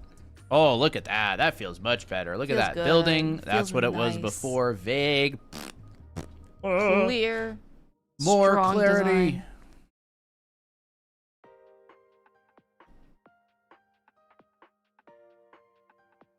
And I should probably honestly redesign this wall in general. Like.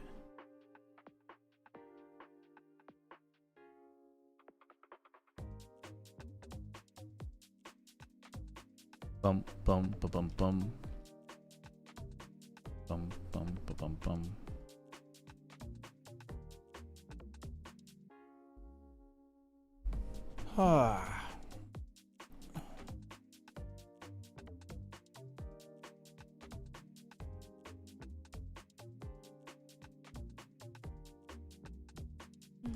Late to the party. Ooh. Welcome. Welcome.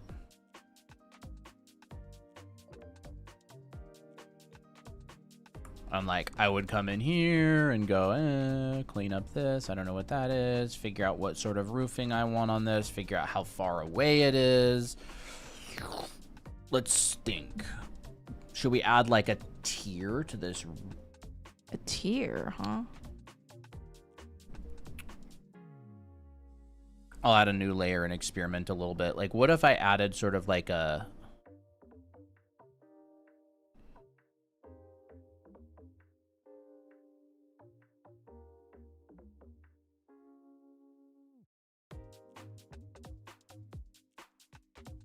What about like this? Oh, that's cool. I feel like that looks kind of neat. And then we could make it 3D, add a little bit of a shadow. That's great. What's your favorite art piece or piece of art that you have drawn? I don't know, actually. I haven't really thought about it lately. I feel like this could become it if I finish. Just gonna maybe draw a few cabins or something. Now I'm in the drawing buildings mood. I've even inspired Christina. Mm-hmm. That's how I get distracted, but I won't.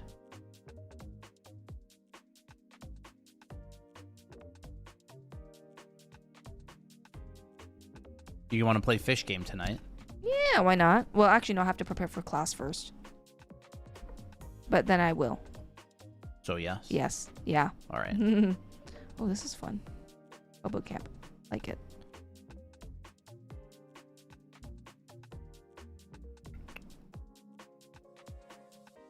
Fish game. Fish. How long have you been streaming? Today? 2 hours and 16 minutes.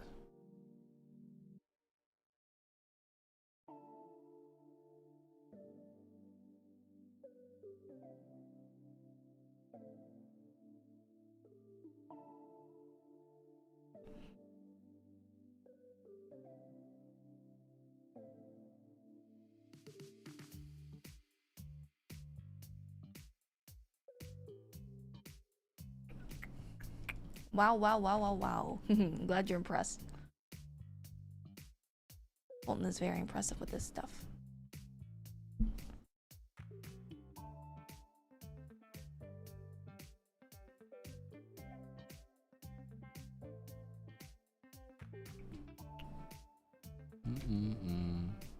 I'm going too complicated. Crap. It's too complicated of a hut.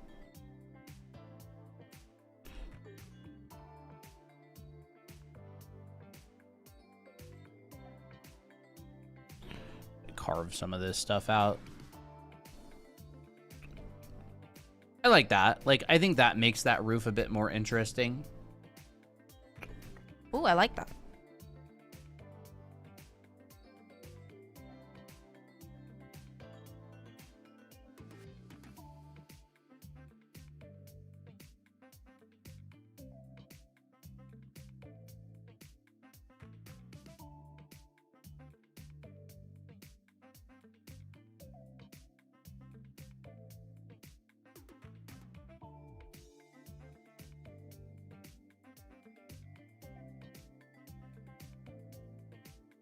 You need to give me background boot camp sometime.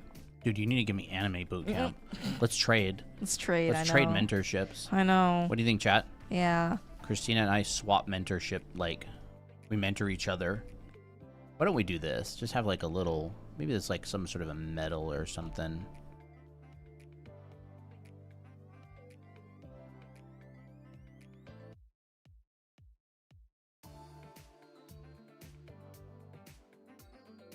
I kind of like the, I need to find the center of this. Hold up.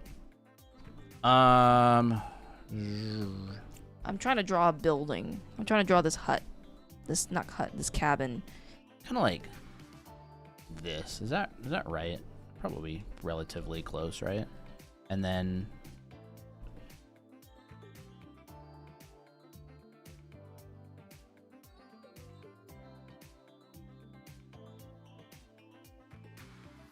All right. I think that should be a guideline. That should be fine. So then I come down here. We got ba ba ba again. Mm-hmm.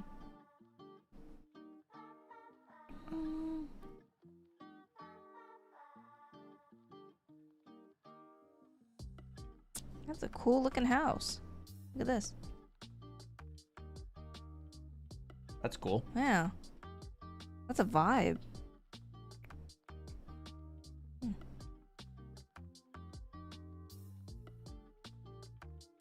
I feel like that works relatively well.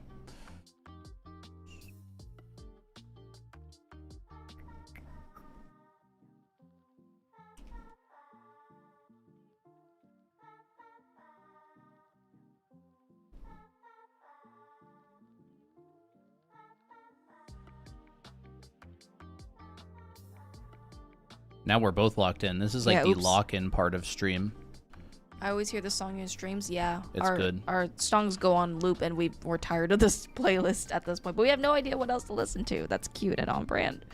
We can't listen to any other songs on YouTube. It's not about cute and on brand. It's about. Well, actually, yeah, that's true. It's about what we're allowed to use on YouTube without like demonetization. That's a good point. Yes. I guess I meant like cute and on brand within the. Oh, within what we can. Yeah, within what we can listen to. Yeah. I just haven't made a new playlist or whatever. There, that roof is looking a little bit better. What if I brought these down? I wonder if that would look okay.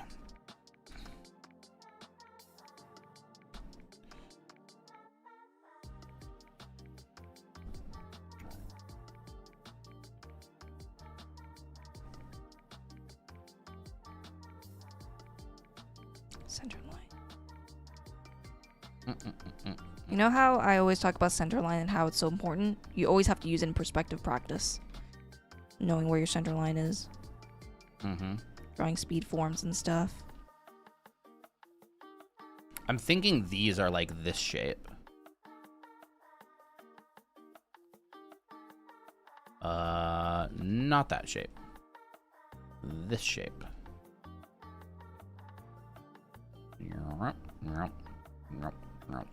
Maybe something like that. Oh, that's fun. I like that. So we basically got this coming up, and then it goes back in like that.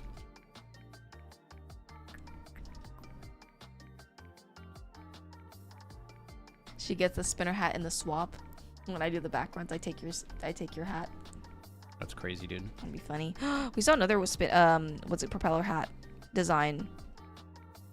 And it looked really fun. It was like a bucket hat version. This works well. I feel like it works okay. I'm not a castle expert.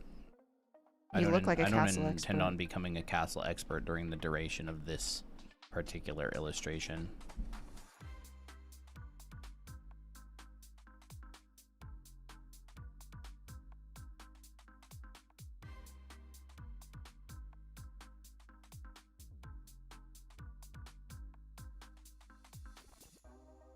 I feel like that is working a bit better there.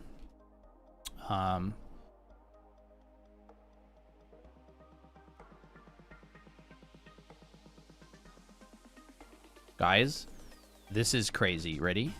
What? This illustration that I am currently working on is literally this thing that I'm doing right now is literally the exercise that I always do on stream that everybody doesn't want to do. It's the box. I don't want to save this. It's the box. You have a box.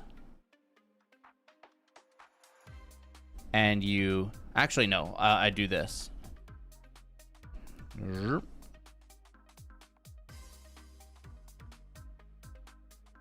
Yep. Right? And every single one of these is a box in perspective. Right? And there's this one. And there's this one. And there's this one.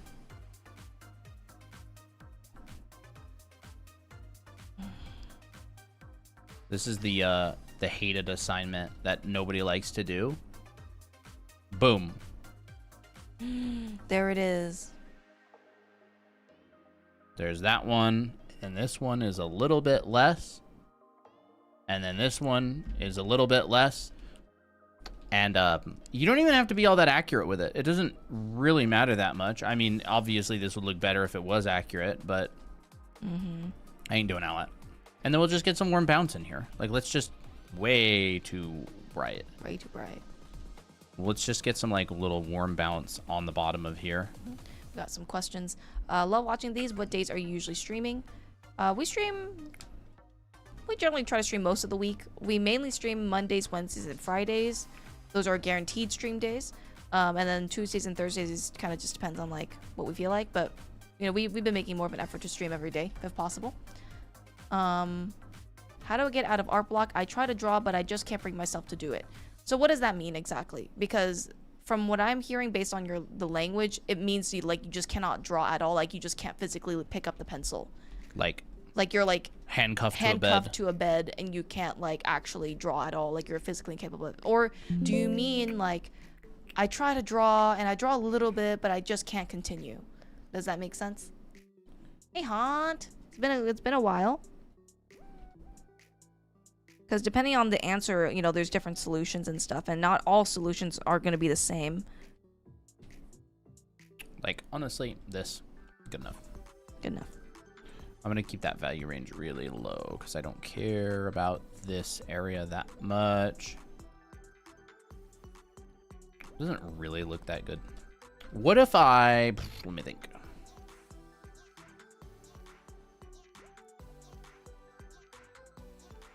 I need to wonkify my lines more. It has been forever. I've been in seasonal depression jail, but I'm back to doing art. Awesome. Welcome back. That's great. Seasonal depression. We get seasonal depression in the summer. It's impossible not to in this state. Yeah.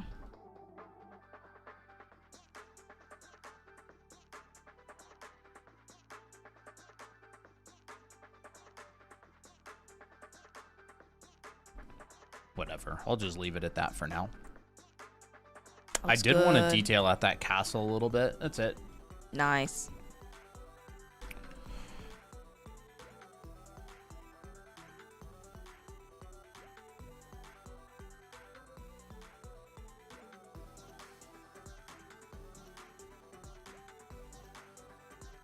W Castle. Feels like I'm melting real in the heat. 120-degree weather it gets here sometimes. Dry heat. Just can't do anything.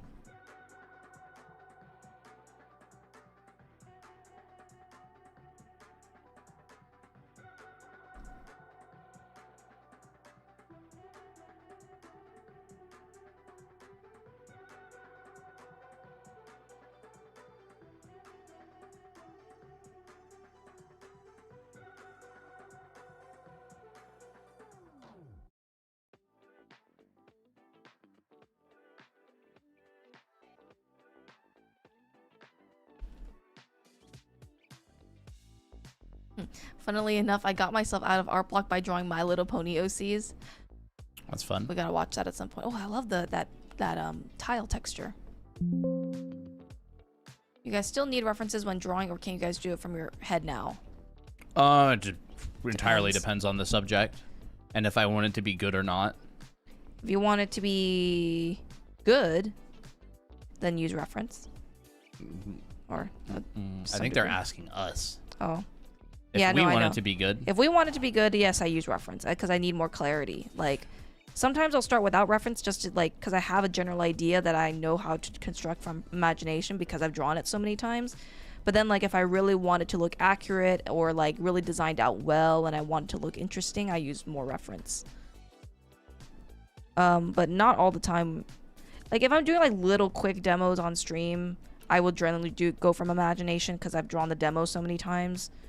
But if I'm like, man, I want this illustration to look good, like I prepare myself with the reference. And not all the time. I don't do it all the time, but I should do it more often.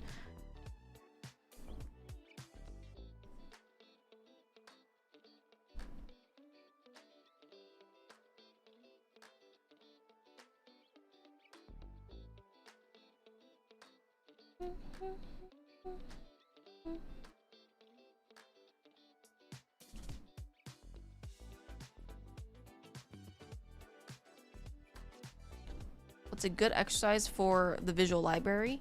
Draw stuff from reference a lot and then try to draw it without reference and go back to your reference and see what you didn't get right and then correct it and repeat. Not very many people do that because it's tedious and annoying to do, but that is probably one of the best, absolute best ways to get better at drawing from without reference or to build visual library. Visual library. Yep. Draw something from reference. Draw it multiple times from different angles from a single reference image. And then that's like how Kim Jong-gi built his visual library, I believe. He would draw something, break it down, take away the reference, draw it and break it down, wait a couple days. I think he would draw it again, and then he would like compare it to his original reference and then go back in and make corrections. I don't remember. I may have like messed up exactly as the process, but it was something like that.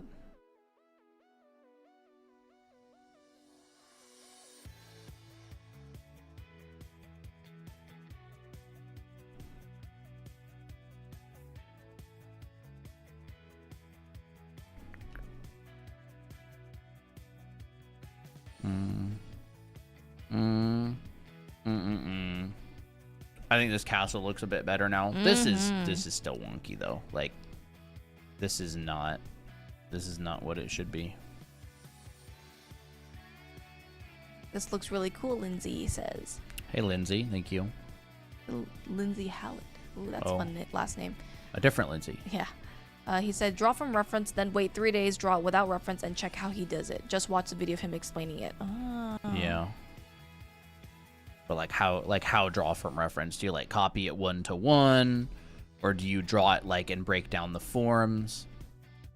I think for me, like definitely one of the best ways is to like draw it from reference, but really try to break down and understand the forms themselves. There's a lot of really good ways to build visual library.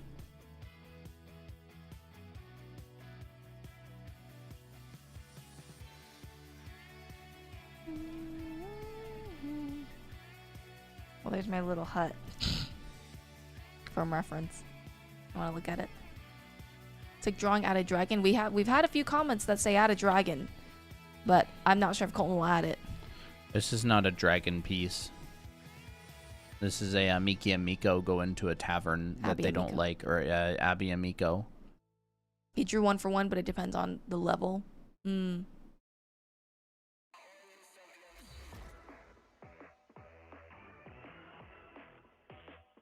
me, Kim Jong-gi, even if he draws something 1-to-1 at the same angle, I have a feeling that he's not just copying shapes. He's like building and constructing.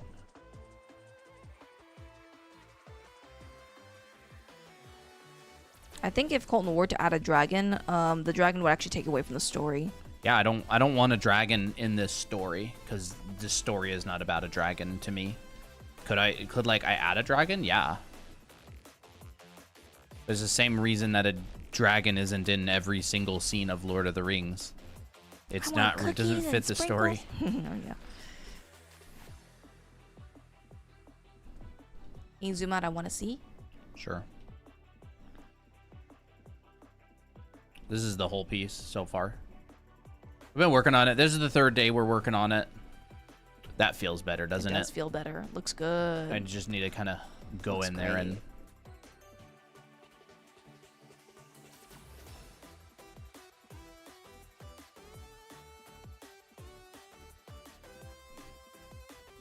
By the way, our anime art school is 20% off with the code SPRING. That is our art school program where you learn the fundamentals of art and draw backgrounds like this and also anime characters. Yes. So that you can draw your own stories. If you feel like you're stuck with your art journey and you want some organized content and also assignments, our program is probably perfect for you. So you can check it out on our website, drawanime.com. Yeah, our profile. we do have a school. I teach a painting class, and I literally bring you through entire paintings from the very basics. From the very basics, from basic rendering, primitive forms, cast shadows, drawing. I teach the dimensional drawing and perspective class. Oops. Which one do you want to start with? I don't care. Okay. Whatever. Just pick something. All right. Dimensional drawing. Dimensional drawing, perspective, 1, 2, 3 point, rotating objects, drawing intuitively, exercises for that. Drawing the same thing at different angles, painting it, color theory, composition. It's huge. It's like an entire college, and it is 20% off right now. So there's like a point light bedroom that's rendered, drawn and rendered using just the basic round brush that I'm using now. I talk you through the entire process. Still lifes. We talk about still lifes, design, color theory, materials, arranging stuff, and then there's objects, backgrounds. and yeah, stuff like this. Whole process. Yep. So it's 20% off with the code SPRING. Get over here. So you can take a screenshot of that for later reference. And then you add characters in it. We'll be adding characters in these later on, but one of them is stuff like this. Yeah. For your own projects. June looks so good. I know, she does. She looks so good. This is a collab between me and Colton for the final for this class. Yep. I drew the character in front, he drew the background, and we turn it into like this little dating sim kind of screenshot. Yeah. I love it. For the art school, is there an age limit? No. Nope, there's no age limit. It's self-paced, and there is suggested homework in weeks, but if you get it, you own it forever. And we basically teach everything we know. Like that's the point of the art school for us, is like we want to make education affordable and fun. And another thing is we also have a sale on our heads. Yes. So these are head references that we built ourselves for your benefit of drawing heads. You can't draw very difficult angles, like low angles, high angles like this. It's on TikTok Shop, by the way. Yeah, these are on TikTok Shop. TikTok Shop. These are perfect, and they're very durable. They're like golf balls. They're like golf balls, yeah, exactly. We could like golf with these. What is the fundamentals versus anime specifics? There are no anime fundamentals. There's just fundamentals. Anime is more like a stylized and pushed thing. So their perspective is perspective. Figure drawing is figure drawing. Design is design. Shape language is shape language. And if you want to draw anime, you're using those same fundamentals. You're using 1, 2, 3 point perspective. And the way that you're rendering it and your proportions may be a little bit different. Like you may push the color theory, or you may use cell shading instead of rendering. But lighting is lighting. Perspective is perspective. All that sort of thing. So like the fundamentals are just the fundamentals. Yep. What is fundamentals anime versus?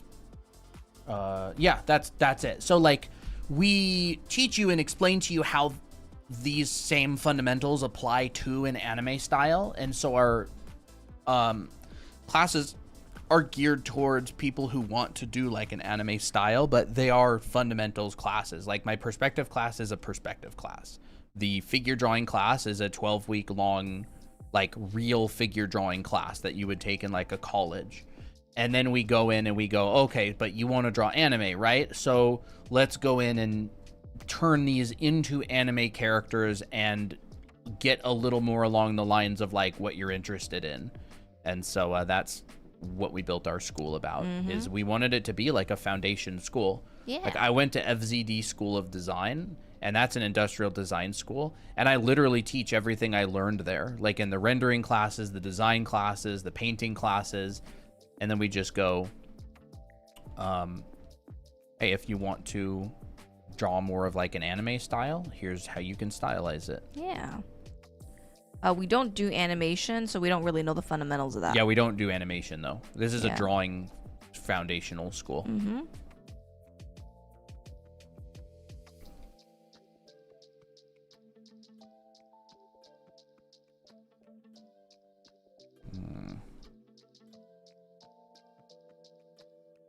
Let's see here. Helpful, thanks, awesome. I don't know if you want to show your screen or my screen. You can show your screen. I'm just doing Random stuff. Random stuff. Sounds good.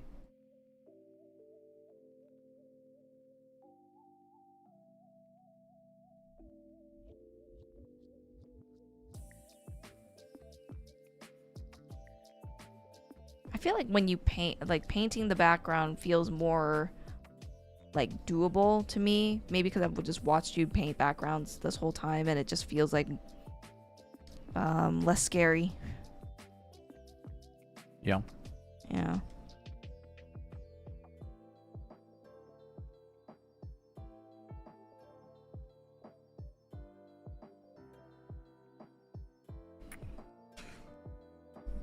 Oh. How did you guys meet? We met on Art Amino a long time ago. Mm-hmm. We're both drawing artists. Friends. Yeah. We were drawing friends for a very long time.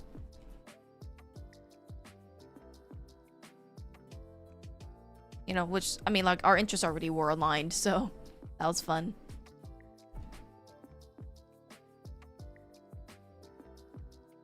I have a small UG tablet. Would you say it's worth upgrading to a larger graphics tablet or one with a screen? If you draw a lot and you want to, it's kind of up to you. Are you dissatisfied with your current tablet situation? And would you like to upgrade? Art Amino was a phone app. Art community. It shut down a while back. We hadn't been on it forever, but yeah. It did officially shut down. Have you ever done a cyberpunk background before? Yeah, funny enough, this is kind of cyberpunk. It's more of like a gamer room, but yeah. It has cyberpunk elements. I do. Cyberpunk is hard because it's sci-fi. Sci-fi is like one of the hardest types of things to design for. But professionally, when I was a prop and environment artist, I did work on a couple of kind of cyberpunk-ish sci-fi games. A good friend of mine, though, he was on Cyberpunk 2077 for a long time. He did a bunch of designs for that game. His name is John. He's super good. I want to bring him on the channel. He's in China.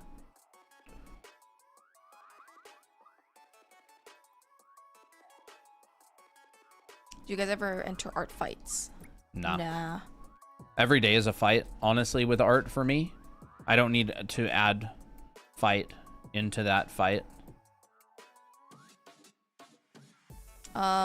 Prosperity, I don't think it's actually nice to assume that we hate you. We're literally not doing anything. I'll mute you if you start accusing us of stuff. Yeah. But I don't hate you at all.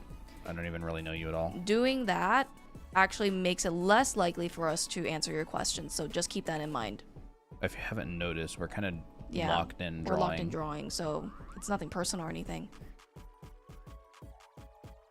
But yeah, if you continue the attitude, mods will mute, so just letting you know. Thank you.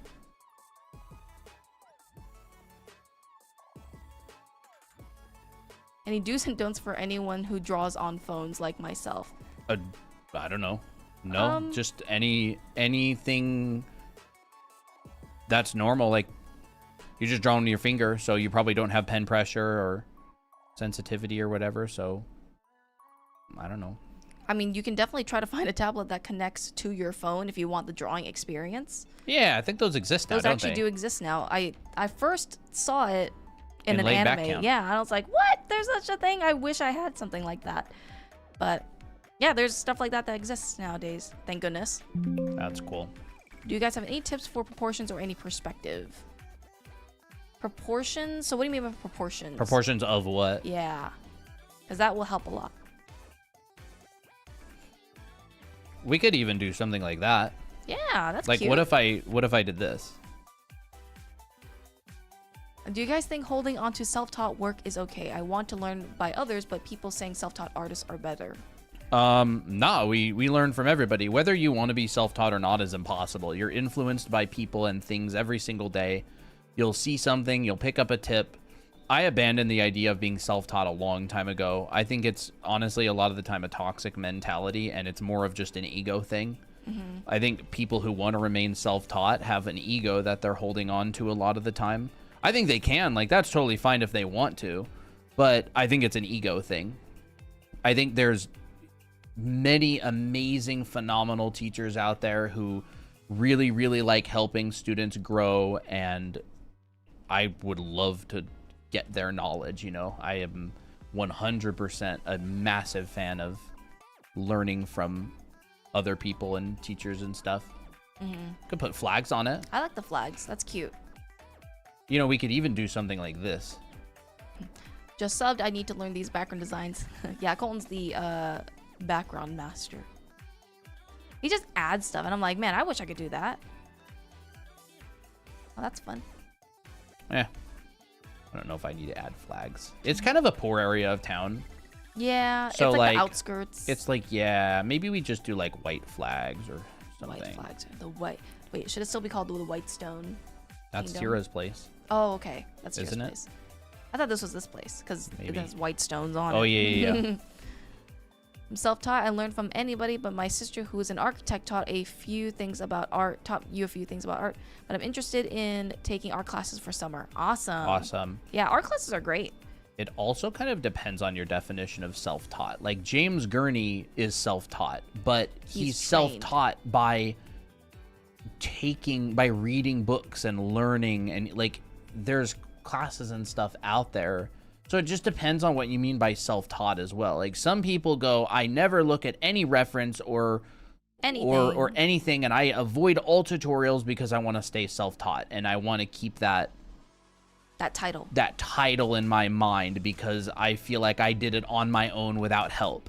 And then there's other people who, if they didn't formally attend a university for art, then they consider themselves self-taught. That's more like I saw this interview with James Gurney on Proco, and he's self-taught, but he learns from a bunch of different places, right? He took some classes. I think he learned from that like famous Illustrator course or whatever. Remember that? Will Weston talked about it? Yes, actually, that book. It's like a series of like books or lessons or something. So and you do all the lessons and then you present you send the work back to them and make a portfolio based on that. That's really cool. I don't know if you send it back to them, but well, they did. Should I make this an eye?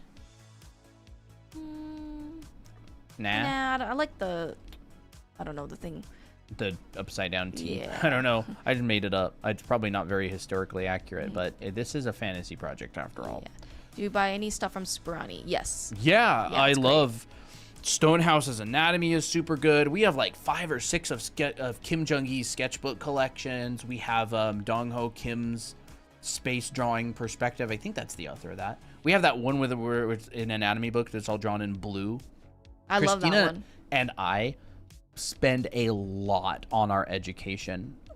We buy a lot of classes. I go through a lot of classes. We get a lot of books. Like I am 100% committed to learning as much as possible from as many people as possible. It just adds more to your artistic toolbox. That's it. And it helps you improve. Yeah. It's just how I am. Like I really like learning from other people, and I want to teach, and I teach everything that I learn if I find it useful. See, like there's just different kinds of self-taught, right? Like it just depends on your definition of it.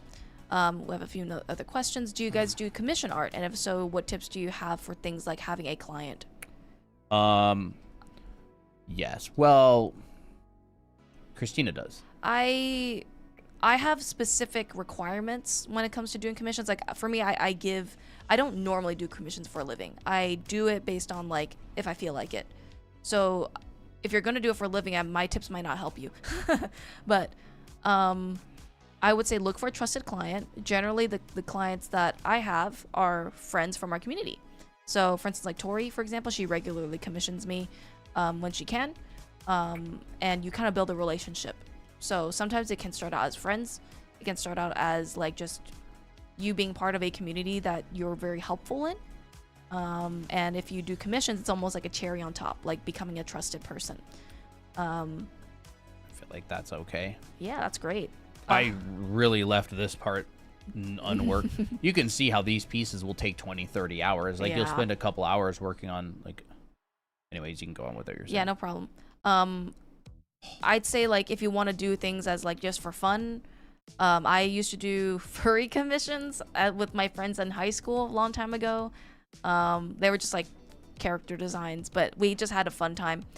And some communities are more likely to want to shill out money. You know, they'll just be like, for instance, the furry community is they're more likely to be like, yeah, I commission a lot. So we just went into that because we thought it'd be fun, and we just were active on there a lot. I mean, that was when you were like a kid, right? Yeah, that was when I was a kid. That was funny. That was really funny. It was really fun. And once again, if you're trusted, like if you have consistent work and you're like, yeah, my commissions are open, you make viral posts. Not saying like this is the only way to do it, but like if you're on like a community platform where, you know, you want to have a social media for that specific group, then it's like that's helpful. It is a business skill after all. Like skill. doing commissions is you are a business and you are getting clients. So a lot of people don't really understand that. It's like they think I'm an artist, and if I'm going to do commissions, then 90% of my time is just going to be doing art. You have to get clients. You have to market yourself. You have to negotiate rates. You have to handle disputes with customers and clients, and you have to manage messaging. You have to manage your time. Like when you do commissions, you are a business. And if you want to run a successful business of you commissioning or people commissioning you and you turning in the work and them being happy with it and commissioning you again, just make sure that, you know, you're giving them, you're presenting reasonable expectations. Your artwork is being produced at the quality that you say it will be produced at. Yeah, being consistent, you know, and I would even argue that showing people progress, but also being fast, not like super fast to the point of low quality, but like showing recent progress and not taking forever. Like that will get you more clients because people can expect like, oh yeah, this person, you know, for this amount of work, I can, like, they give it to me within, I don't know, a few days to a week. And like, oh yeah, that's pretty fast. And like that can be a selling point for you as an artist. We've definitely had experiences commissioning artists that just took forever. And they just I'm talking like months. Like for something that's, they're like, yeah, I'll get it back to you like at the end of the week. And then it's like months. Yeah. So I would say under promise, over deliver. For sure. That can never like let you down. Yeah, you can't go wrong with that. Yeah. Promise less than you deliver and people will be happy. Mm-hmm. And structure your business to deliver more than you promise. Yep. Consistently. I appreciate you guys' stuff. It's super insightful to the path to professional art. Thank you. I'm back. Welcome back, Lau. There we go. Oh my gosh, dude. We did a big cleanup job here. Big, nice progress on that piece. I like the new castle thing a lot more than the last one. I kind of feel like... Was Rogue Kikim the yeah. blue one? Yes, that's the blue one. That is the name of the artist that did that. Do you guys do art classes for things like art style? I really like Renaissance artists like Raphael. No, we're foundational. So like art style is on a level that's above foundation. So everybody has the same foundations. Like again, perspective is perspective. You know, figure drawing is figure drawing. Anatomy is anatomy. And then art style is this thing that's kind of styled above it. Now you can go into drawing with an intention of going into a particular art style. And that's not to say everybody who knows foundation is a master of every art style. Like art style is definitely something that's difficult and you have to learn it and everything. But it's the same foundations and like those masters as well that like where was that question at? It's up there on TikTok. Art style Renaissance artists like Raphael. You could study some art history and look at the techniques that they've learned. But foundation is foundation. Like perspective. Lighting is lighting. Lighting is lighting. You know, warm, cool is warm and cool. Like soft, hard edges. Composition is composition. So I would definitely look into the like art history of how those artists did what they did. But they're using perspective. They're using figure drawing. They're using anatomy. They're using composition and all of these fundamentals, right? Posing. Especially a lot of the old masters. Like they were really good at this stuff. I would we had a question kind of like this earlier. I would look into Ramon Hurtado. He's an artist. He has an Instagram. It's really good.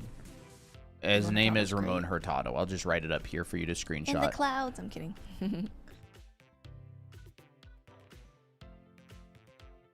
He has an Instagram and it's great.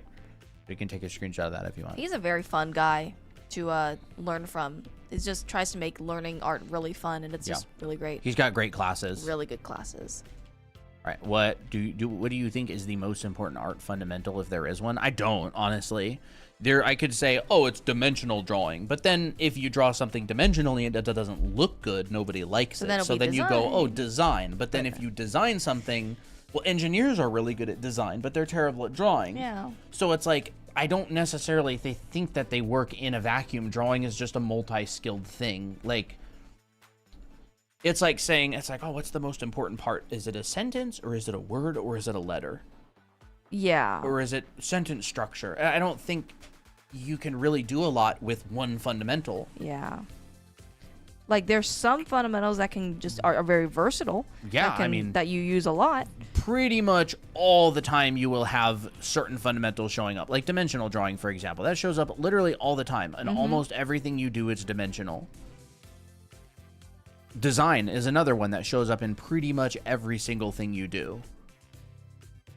Because things have to be arranged in a way that is aesthetic, or that you want them. Yep. So, yeah, it just depends. Did you watch like a show or something, Lau? I don't remember what you said you were doing. It was like a BRB earlier. Long BRB. We've been live for a while now. Yeah.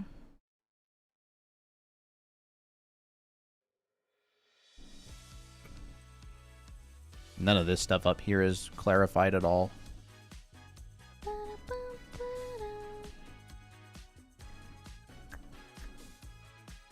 And the amount of detail that I'm going to go into on here, I have no idea. I'm honestly just painting until I don't feel like painting. That's my vibe nowadays. I paint until I don't feel like painting. Isn't that kind of freeing, honestly? Yeah. I don't know if this is smoke or what. Maybe there's like a bit of like smoke or something back there. Smog from the I don't know. From the mines? I don't know. From the factories. Factory. I got sidetracked and was dragged into VC with Snaz and Tori. Oh, okay. Funny. How do you avoid muddying your colors when doing backgrounds? You keep your bucket separated. Yeah, like, your lights and your darks separated.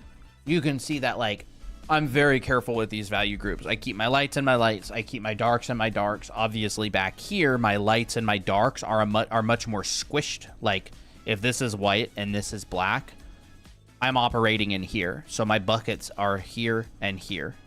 And then I move into the light, and maybe my buckets are a little bit different. So your buckets, and like, by buckets, I mean like you're kind of staying in this range. I'm not taking the shadow of this wall and making it this dark. Not without a really good reason. I'm not taking this building and making the roof really dark.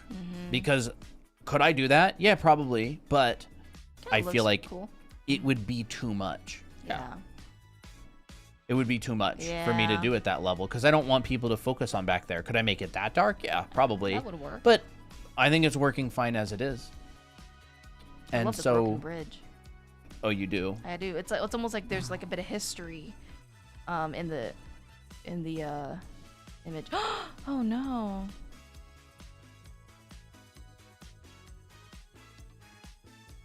Which Kim Jong-gi sketchbook is your personal favorite? I don't know. I don't remember. Honestly, it might be the one with the tiger on it. I just don't. I don't really remember. It's been a little while since I looked through some of them, and then we have a lot of them. They're very good though. I definitely like some better than others. They're expensive. They're like heirloom art books. Yeah.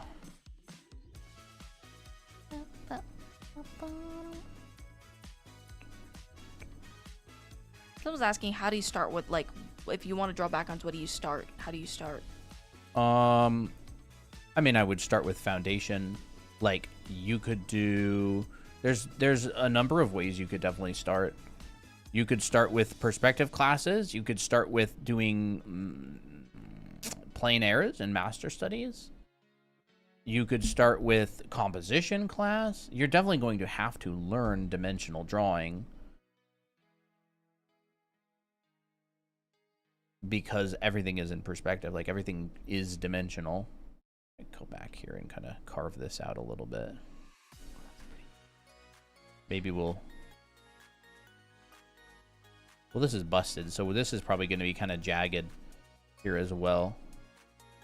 Maybe this is like a poor area of town and they just never fix this. What, like, hear me out, right? What if they even just do this? Oh, like a it's wood like a quick bridge, fix. like a wooden bridge. Like, I yeah, like these that. people are poor. We don't really care about them, so we're going to just kind of do a little quick patch job.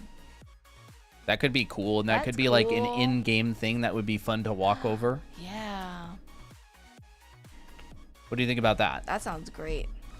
Milky McCookie, I love that username. It sounds really yummy. That's fun. I like that. I like that too. You hello, know, maybe may I we have ask, like a little what? What are the tips to find art style? I was so struggling finding art style. I don't worry about art style at all. I don't have very good answers for that. I don't even think about art style that much. I don't Just- either.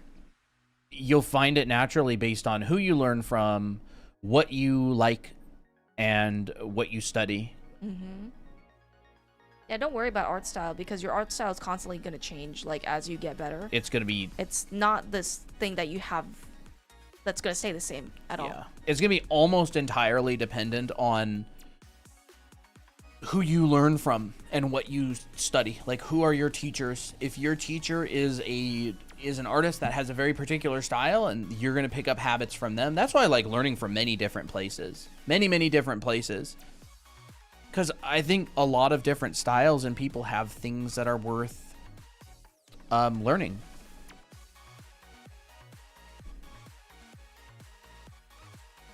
I also think that don't let your art style limit you. Like, you may think one day or a few weeks where you're like, man, I found my art style. And all of a sudden you're like, I don't like it anymore. You know? What was I thinking? What was I thinking when I did this? You know, why did I draw it this way? But it's like, it's just because you're not a mature artist yet. So like when you grow as an artist and you become a more mature artist and you learn more, you understand the fundamentals more, like the style will develop on its own. And sometimes like the art style struggle can also be a cause to procrastinate. Like, oh my gosh, I can't draw because I can't find my style. I'm like, well then don't think about style just yet then. Just live and draw and you'll learn as you draw, you know? You'll learn the experience as you continue like practicing. So like just to me, that takes the stress of style away. Like I don't have to think about that anymore. Oh, it's like this bondage, you know, it's like this trap that I was locking myself into for so long, and then now I don't have to think about it anymore. Like I can just do my own thing. I don't have to be bound down by this idea of style. That's my opinion personally. Because people will say, hey, I really love your style. And I'm like, Never thought about it. I never thought about it that way. You know, I never thought about my style. I just did stuff and I just did what I liked. I feel like it's more desirable as an artist to be more versatile. Like you can switch things up. You don't have to do things a specific way. Certainly keeps you from getting bored faster That's very or true. as fast. Like if I can do realism and anime and I don't really have that XYZ. much of a preference, I don't run out of things to do. But not everybody's that way. Like there's some people who literally only want to draw in a certain style for like ever, and I think that's totally fine. Yeah. Like some people really got it down and that's what they're happy with, and that is totally fine. I kind of like the idea. What do you think, I chat, love about that. the idea of like a little wooden area? Style is a combination of skills, tendencies, and choices. Yeah, I mean that's what it is. Yeah, and that's why when people do like style studies, you're not trying to study how a person, I don't know, does this particular hairstyle or whatever. It's like you're just studying what decisions the artist makes. I like that little bridge thing. I think it's That's cool. more character. Yeah, we got a long ways to go on this piece. I don't think I'll do it all tonight, of course, but Yeah. By the way, if you're interested in learning stuff like this, we have our Anime Art School program, which is on sale right now for 20% off. With the code SPRING at checkout. Dude, we did a lot. Did do a lot. A lot. Look at all that refinement, dude. Refinement's great. I like this. I like how this ended up turning out. I think that was pretty fun. Before, after, Yeah, let's go. and then we Shows a lot of got history. before, after. We got even a little bit of before and after in here. Not that I worked on this that much, though.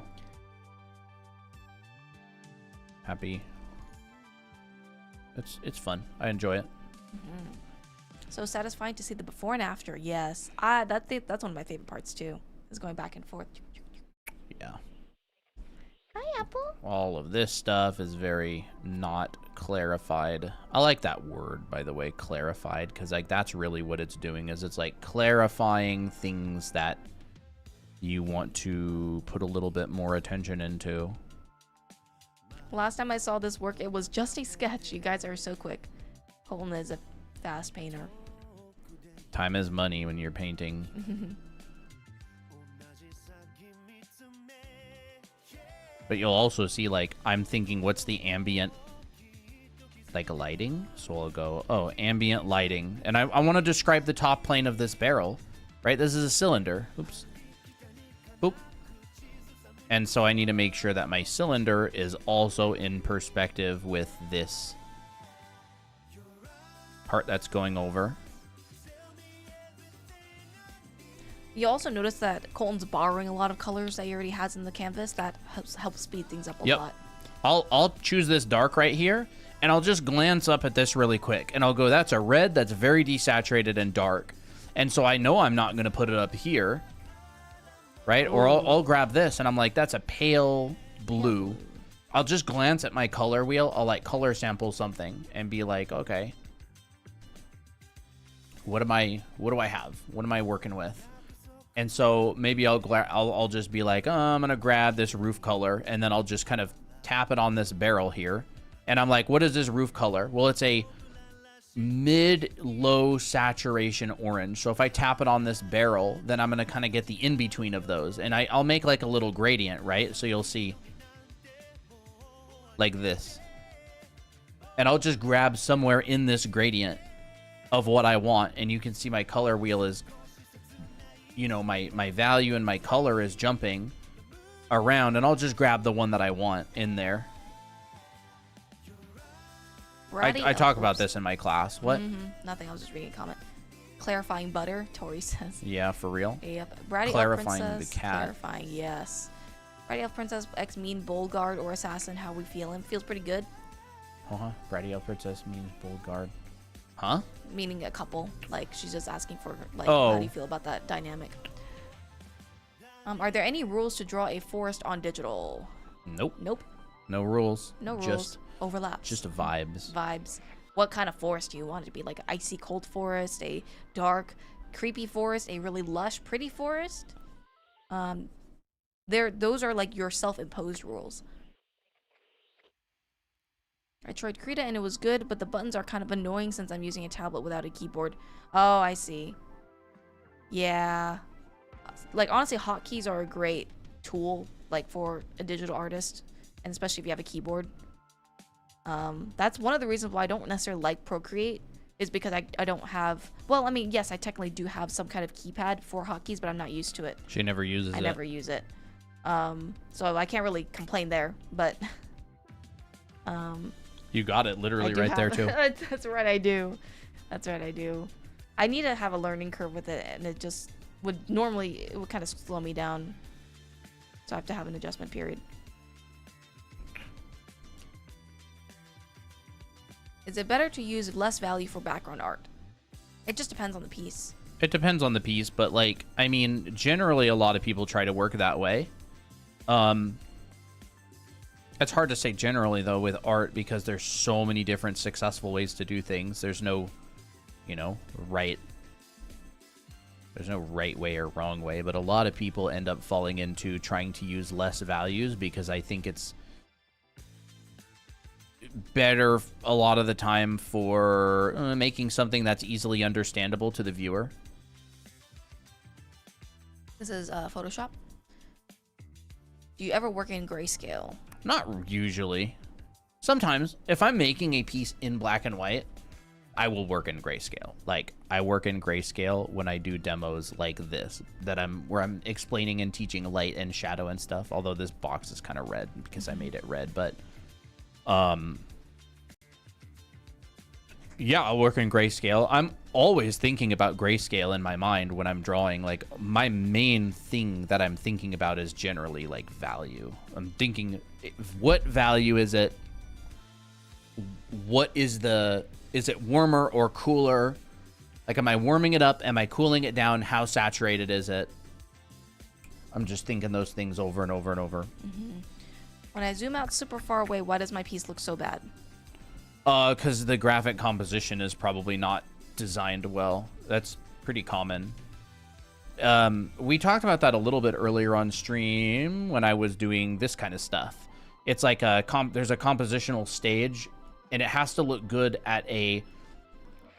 Because when you zoom out super far, what your brain does is it forgets what it's about, and it simply looks at the shapes. And if the shapes themselves don't look good, it goes in like shape design, then the piece close up won't look good either. Edgar Payne talks about that in his composition of outdoor painting. What the heck is that? Here it is. Where you be? Landscape painters a lot of the time will use these things called armatures. And here's an example of some armatures from Edgar Payne's book, Composition of Outdoor Painting. Those are really good. Pretty much every painting class I've ever taken talks about these and this concept.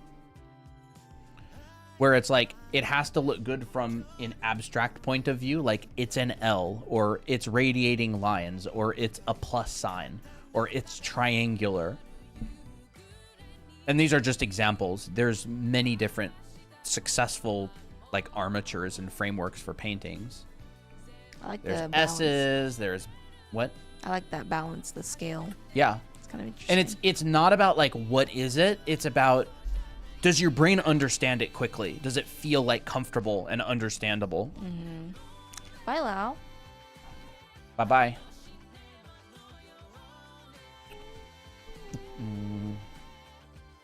Should we wrap it up soon? Yeah. See, these characters are now needing refinement. another refinement pass. See, this barrel to me is just Looks not. really big. It doesn't feel. I feel like there's big barrels, but Oh, yeah. to me, this barrel, and it could just be on top of something. True. I mean, it is a large barrel, that's for sure. This barrel to me is feeling. I mean, it could be in the very, very front. Yeah, I could make it in the front if we want. Like, I mean, like even in the corner of the piece. Like that top lid is like visible or something. I don't know if that would work though. What if it's like this? Oh, that works. Ooh, that's fun. I just made it smaller by moving it forward more. Yeah. What I just did with that barrel Illusion. is exactly what I talk about all the time when I talk about the sphere. And the placement. I'm using this stuff. Like the stuff that I talk about, I'm using it in every painting. Yes, exactly. It's this, right? This is the barrel. Oops. Let's just say... Where the heck is that? Here it is. Right? Here's the barrel. It's in the air. It's on the ground. Wow. So all I did was go, you know, here's my barrel. And then I'm just like, just kidding. It's actually in front of this, you know. Now the scale has changed because of the perception. It's moved towards me, so it's bigger. But now it's back. And I did that with the barrel just now, right? I moved it in front of the fence, and which has caused the barrel to shrink in size. And now it doesn't feel like a giant barrel. And then I'm like, well, it's really tilted towards me, so I could just put it on something.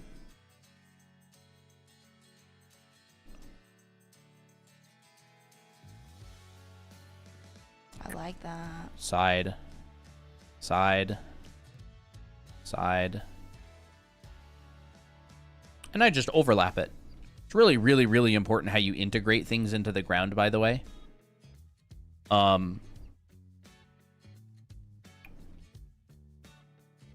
I find one thing that shows up again and again and again as an issue in student and beginner work is things don't feel like they really work together.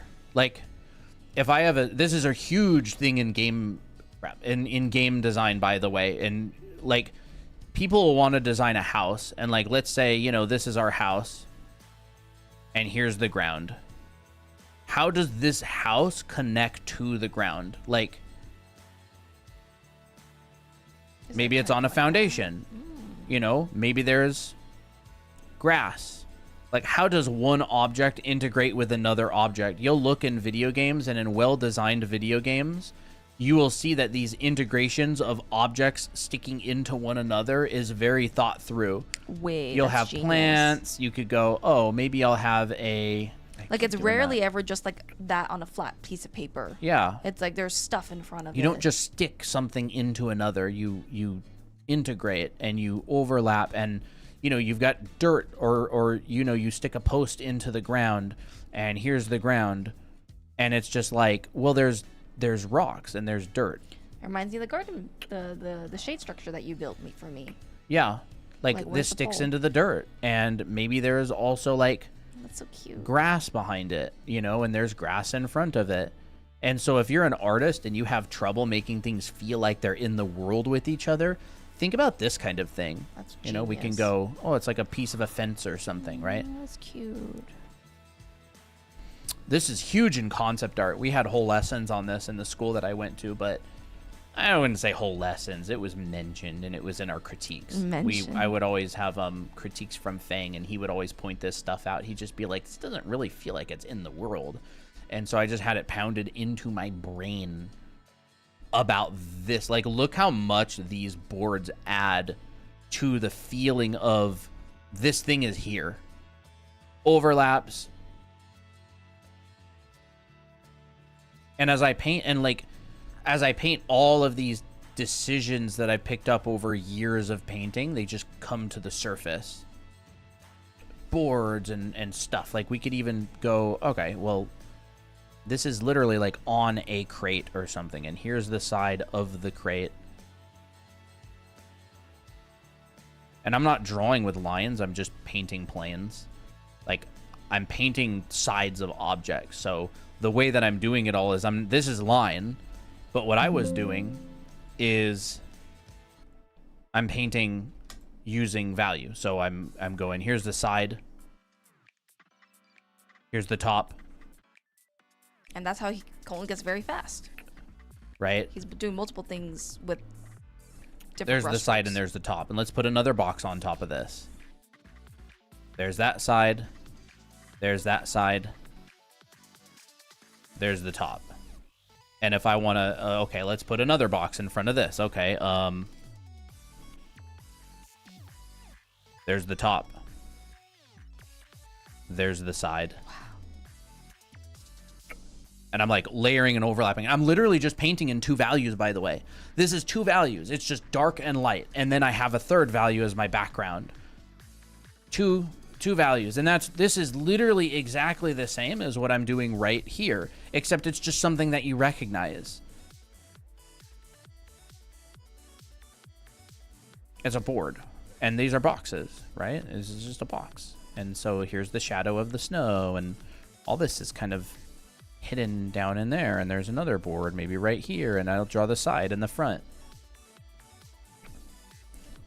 I'll add another board on top of this, right? And I'm thinking about design. I'm like, where do I want to lay this board that would look interesting, like design wise, right? There it is. And then I'll just go, okay, there's the shape, side, front. Okay, here's the shape. That's the bottom of it. Side, top. And so like that's how I'm stacking and arranging things, and I'm just like a nail hole, split wood, nail hole, I don't know, nail hole, split wood. I don't know if this is helpful to anybody, but I find it very helpful. I think it's very helpful. Side, front. Probably wouldn't see much of that side. And then we'll go third value. What kind of brushes are best for painting like this? I'm using literally the basic round brush. Yep. I am using a Photoshop default, this brush. I press light, I press hard. Light, hard. Light, hard. That's it. That's what I paint with this piece, because I'm just not trying to complicate it. That window keeps popping up because I obsessively press Control S for saving because Photoshop is known to crash here and there. Nezu says, I love these demos. Yay. I find them super interesting. And I teach all this stuff in my painting class in anime art school. I have an entire 14-week-long perspective class where I literally draw entire scenes like this from scratch, from complete scratch. Talk about all these concepts, design, overlaps, rotating objects. And then I go in and I teach a painting class and teach you every single thing that I'm talking about here, all the way to the very final environments. Paintings. Just like this one. This one is not in the school, but there are similar ones in the school. And like I teach everything I know in that class about painting. It's 20% off, by the way. Oh yes, it is. With the code SPRING at checkout. SPRING. Because it's springtime. What keyboard shortcuts do you use for changing from light to hard? You mean like the... Oh, okay, like that. So Photoshop's got this thing, right? If I hold Alt and right click, I can like scroll left and right, and that's my brush size. And if I scroll up and move my mouse up and down, that's softness. So I use the scrubby brush size like all the time. I literally use it nonstop. That's default in Photoshop. I didn't make that keyboard shortcut or anything. It's just like the default thing. Can you get the classes one course at a time? No, this is a full package. It's built as a full package. Because all the classes we refer them to each other. Yeah, the school is built as a package because it builds on top of the previous stuff that we talk about. I don't know if that's what you meant by the keyboard shortcuts, by the way. It probably, maybe it probably is. Do you work on multiple pieces at once? Yes. Yeah. In fact, in my class, I teach how to work on multiple pieces at the same time. I don't know if I have a picture of it, but I do 3 paintings at the same time sometimes. I'll have a top, a middle, and a bottom, and I'll just jump back and forth between them, and they'll each have a different mood. Can you find that? I did it with my environment. So on the iPad mini, on my environments, the on fire one and the nighttime and the daytime one, this one, and this one are 3 variations of the same environment, and I painted them at the same time. So they were all on one canvas. This one was on top, this one was in the middle, and then this one was on the bottom, and I'll jump back and forth between them a lot. And I teach how I do that and think about that in the class as well. Because I was a concept artist, and a lot of the time you make multiple paintings at the same time, and it's just easier to keep it on the same canvas. Ooh, I like that.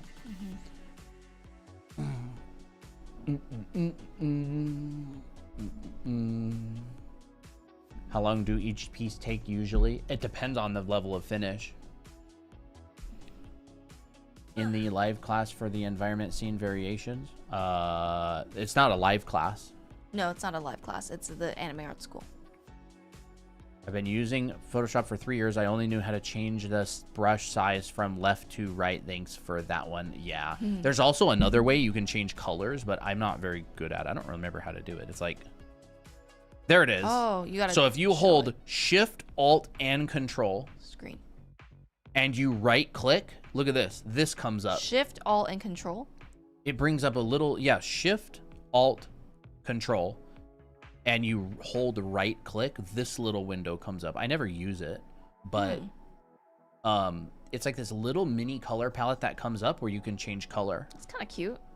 I don't do that. I go to this because I love Coolerist, so I use Coolerist a lot, but that's another little trick. I found it because I just accidentally pressed it one time, and I was like, what is that?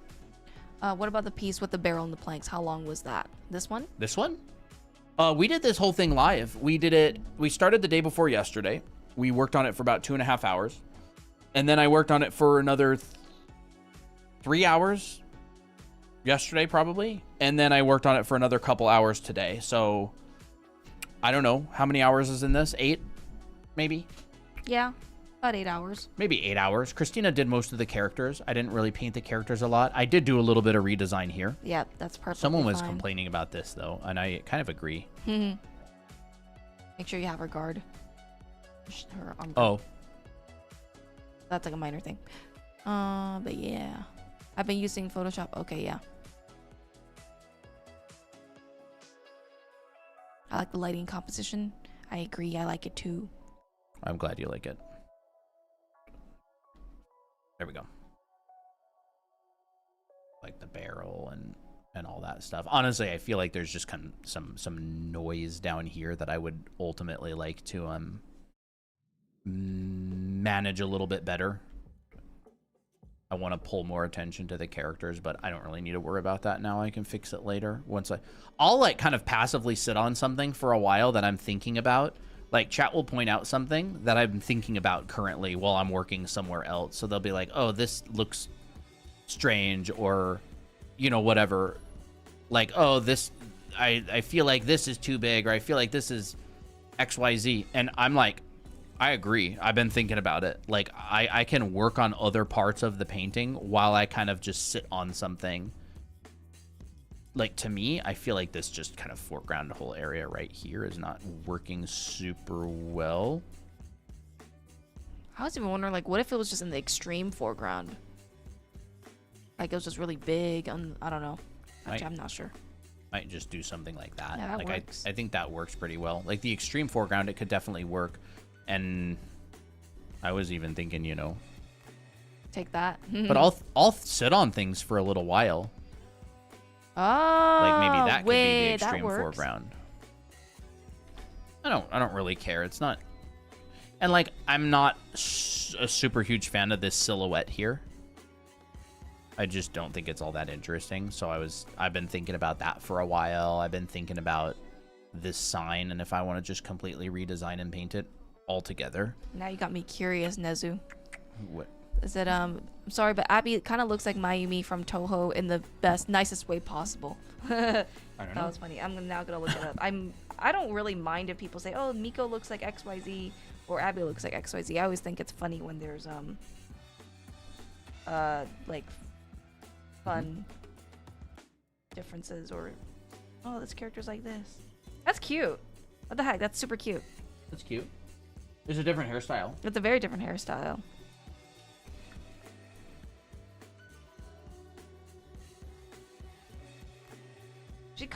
This one kind of has the Abby vibe. I can see it. I can see some of it.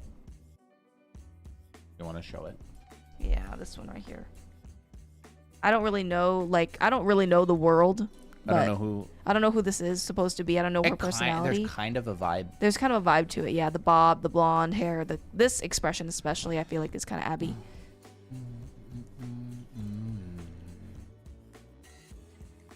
What do you think is the best free drawing app for tablet? I don't know. I don't know. I don't use free drawing apps on the tablet. Apps. Yeah. Unfortunately, I don't really know.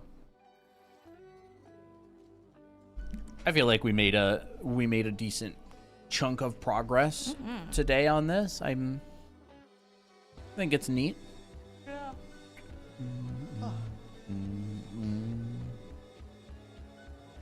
What's the context for the drawing?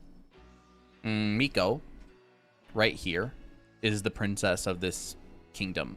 And she has hired Abby to be her mercenary / knight because Miko has something that she has to investigate with some sort of like a conspiracy.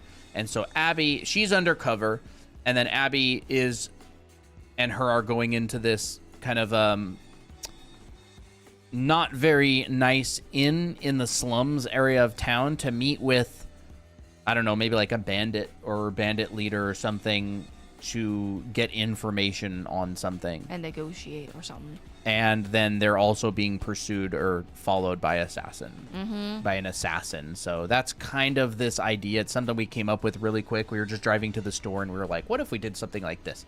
Yep. And a story that's about as far as the story. Yeah.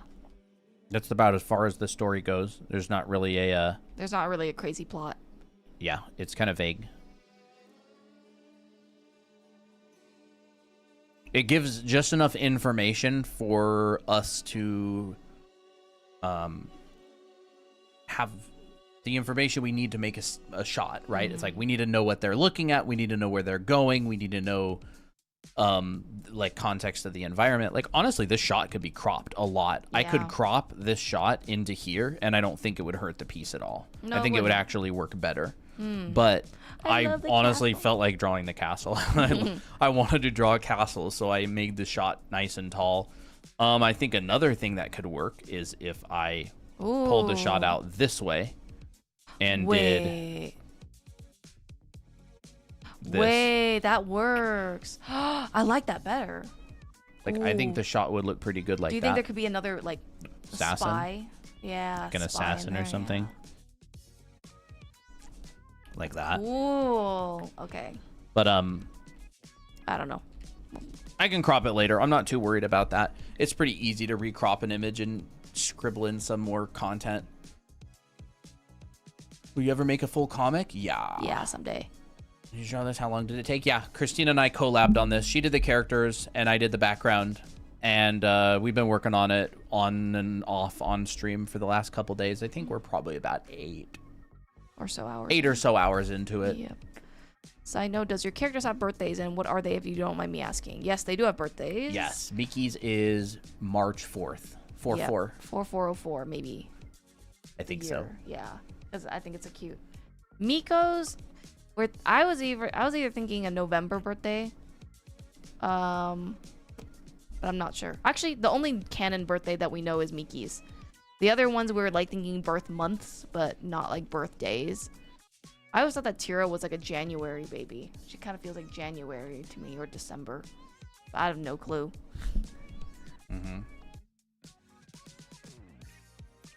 We could make Tira's birthday January 14th.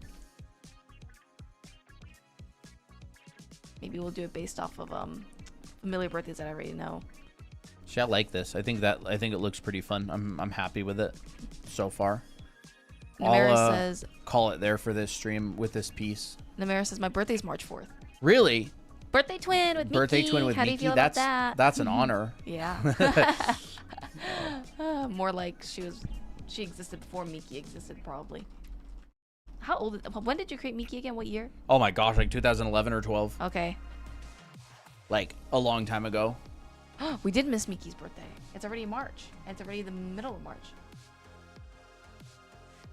No, I thought in March. I thought it was 4-4, April 4th. Wait, crap. We said 4-4, but then March isn't 4. It's April. It's April 4th. April 4th. I said it wrong. I'm so sorry.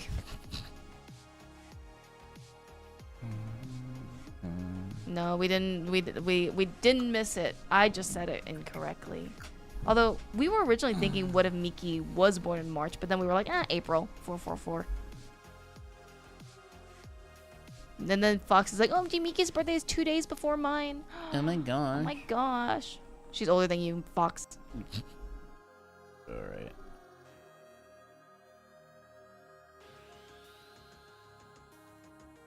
That's fun. No, she's not. How do you describe 18 versus 15, Fox?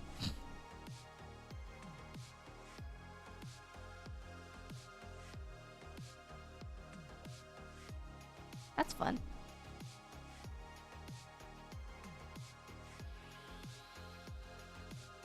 Oh.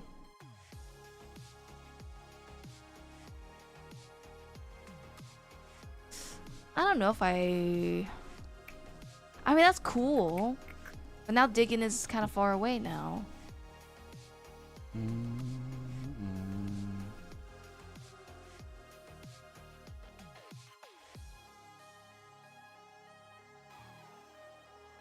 I do like to experiment a lot.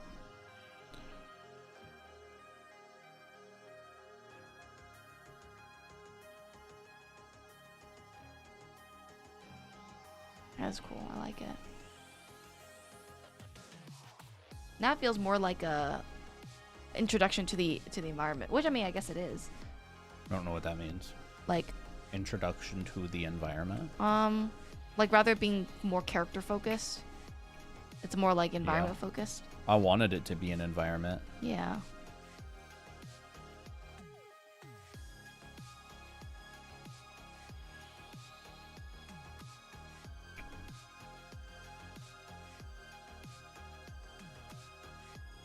Fox, are you gonna play fish game later?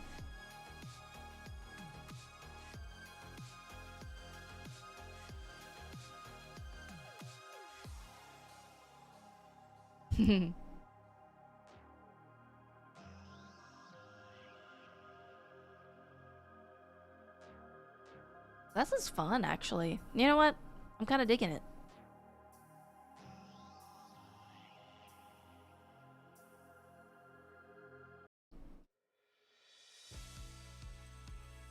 This is an idea. I put it in a new file. Okay. So I'm just, well, now that we have the space, honestly, let's put a, shack back here. Shack, ooh.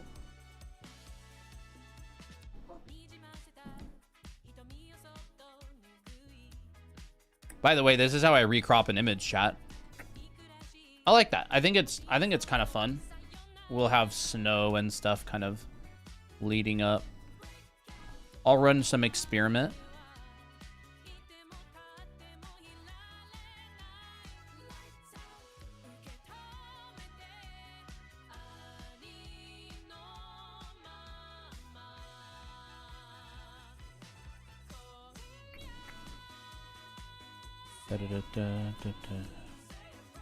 What is each of your favorite OCs to draw? Oh dang, it's hard. It's hard. I think I enjoy drawing Miki a lot, but I also think I really enjoy drawing June and Tira. Mm-hmm. Oh man. Christina probably likes drawing Miki the most. She draws her the most. I do draw Miki the most. Yeah. Probably Miki. But like, oh, I don't know. Miki. Tira's also fun to draw. June's also fun to draw. Naomi's fun to draw too. But I think I mean I draw Miki the most. It might be because I like her the most though. True. But you also like drawing Miki. I do. Like also you like would drawing you Miki. just draw her when you doodle. Yeah, exactly. Like she's just easy to draw. Abby I also like drawing, but she takes a little bit more effort because I always think that her hair is a bit kind of specific, so I'm like I have to take a bit more time on it.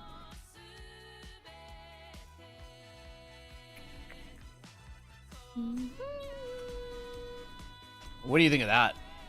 Like a proper recrop of this. Let me go in here on the bottom and go that to that. Man, that's pretty cool. I like it wide. I like it wide too. Should the characters then move towards the sign? We could definitely do that. We could put it there. Uh-oh. Oh no, you disturbed him and now he's gonna come and punish us.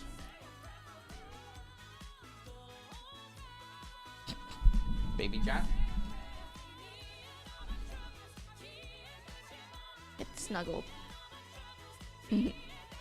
Oh. Kiss attack! Kiss attack! So cute. You've come to torment us, haven't you? Could you show us all your characters? Absolutely. I can show you all the characters.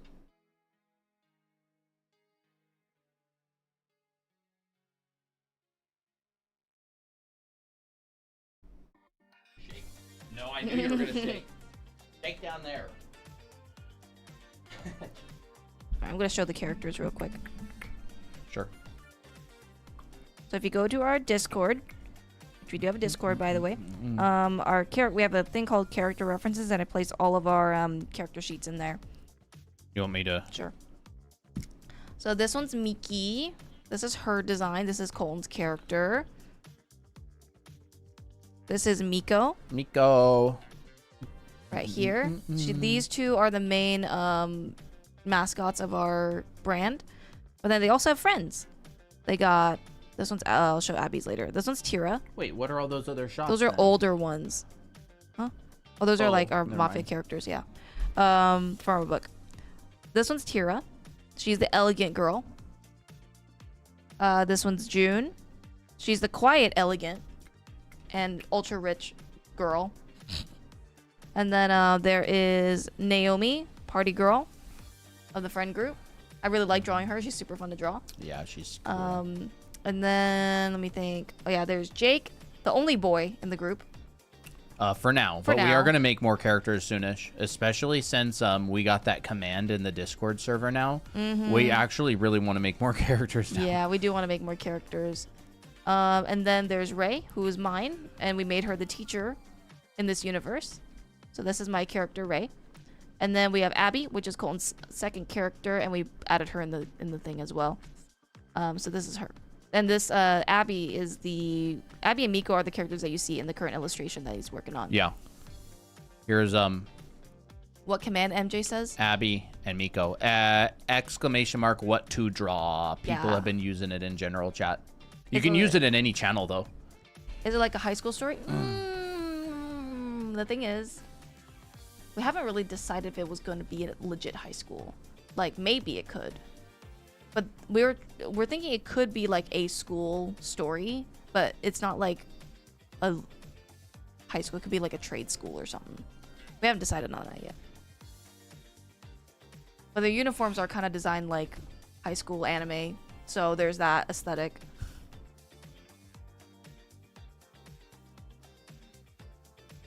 Is Abby still looking at the inside now that you've moved it back? Not really, almost. We could move her. Christina's gonna redesign them anyways, so we could probably do that at a different time. Yeah. Well, could be a boarding school. You know, we thought about a boarding school for another story for Abby, but never thought about it for this one. That's cute.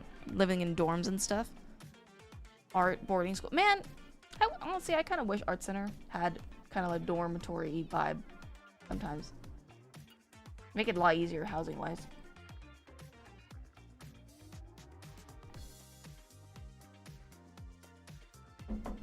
I'm gonna get us some gummies. I have some like roofs and stuff back here. I said I was gonna call it, but then I decided to recrop the entire thing.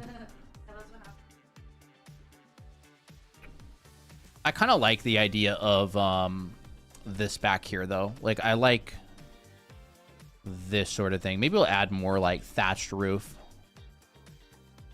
back here. Maybe there's like a couple of pig pens or animal stalls or something, right?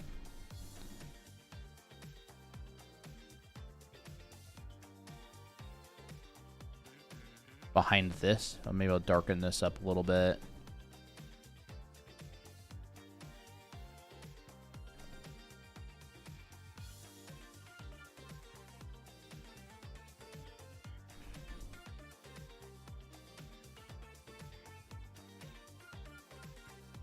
I kind of like that. I like the wider shot for sure. I feel like it... Again, I keep pressing Control Save, but I haven't saved this file yet. I like this. I'm thinking it's working better. Better than what it was. And now let's add some blue sky back in there because...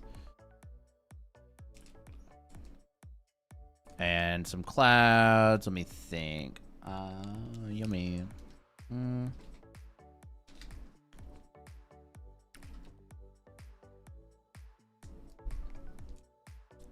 Toby.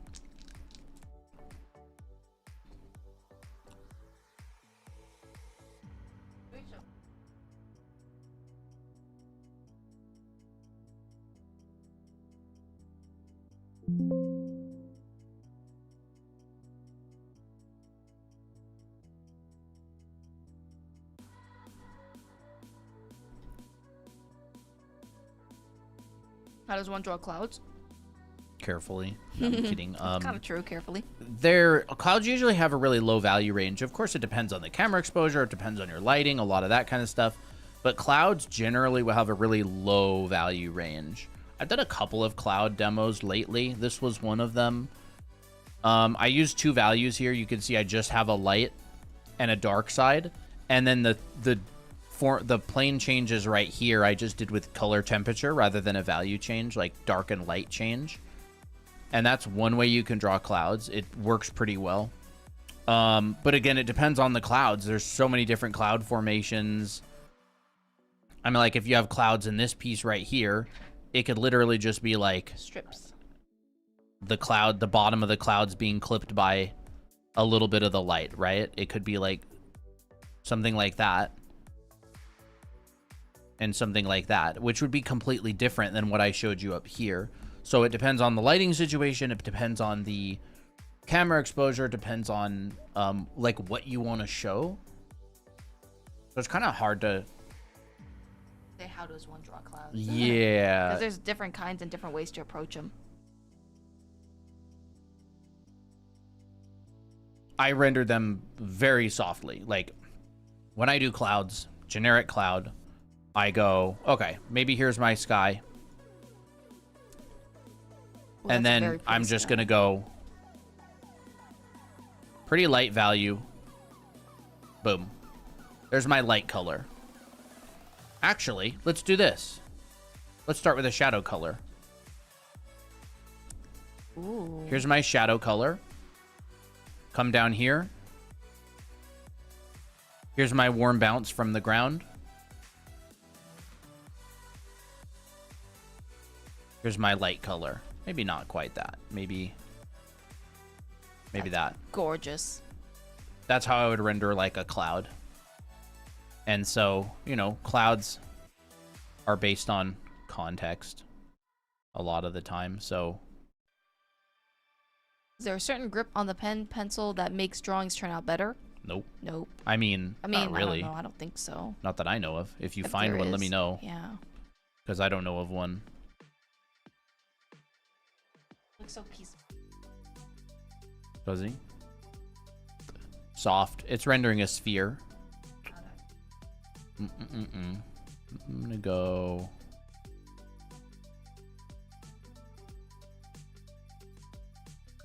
maybe more along the lines of that. And I honestly feel like, you know, that could work. My dad works in weather, and I have him send me references all the time.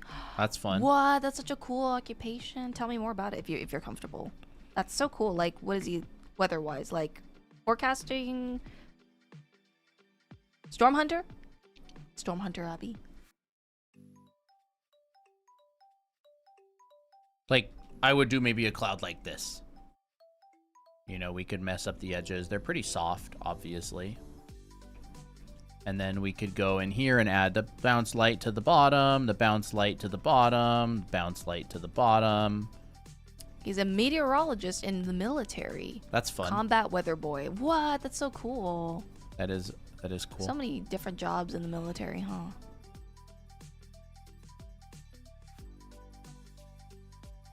Bro, those clouds look like dumplings. I just want to slurp them up. You know, maybe you could do something like that. That could be fun as well. This piece is very gray. It does not have a lot of really high saturation colors. Should the sky... what if the sky was more saturated, or do you not want it that way? I made it a little bit more saturated here, but again, okay. I want this to feel very bleak. Yeah, I could just warm this up a little bit. Like, maybe we could just get a little bit of warm bounce on the bottom of these clouds, like...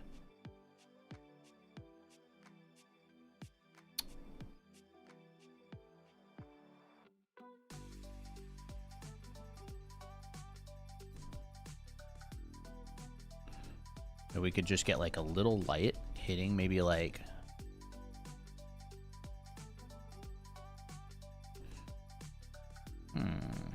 Just thinking. We could do clouds like this, where there's like light kind of hitting like the rim of them. Oh, that's pretty.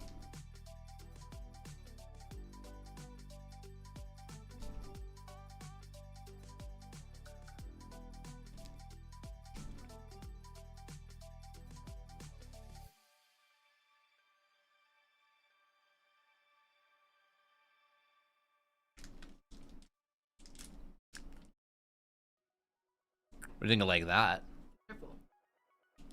That's kind of cool.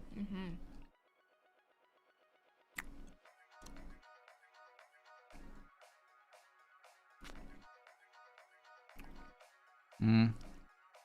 I like that.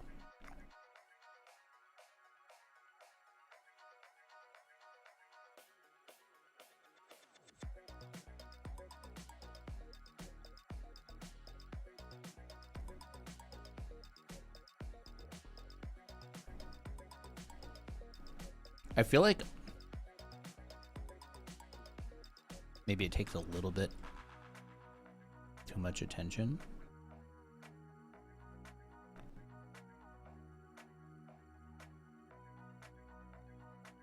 Bottom of the cloud, bottom of the cloud, bottom of the cloud.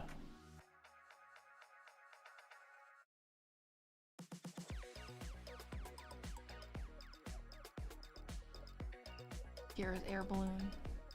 Hot air balloon. Is it? Or, maybe so. oh, that'd be interesting. I think that's kind of fun. Like, we could maybe do something along the lines of that. What if Tira the elf comes to visit and they meet and she meets Miki Princess? Is that how they become friends? Yeah, maybe. Wait. Like, Miko was supposed to be the one that meets Tira, but instead it's Miki because she takes the place of responsibility or something. Maybe. And then they become lifelong friends, even though Tira knows that, like, she learns later on. That we could Miko add was some, like, missing. clouds and stuff back there, like big floofy ones. It's kind of pretty.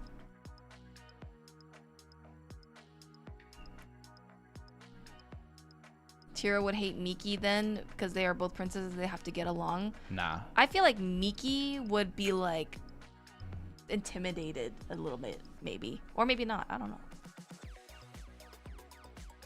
I don't think Tira's that much of like a hateful person. Nah, Tira's not a hater. Nah. Where there we got some clouds in the background now. This is great.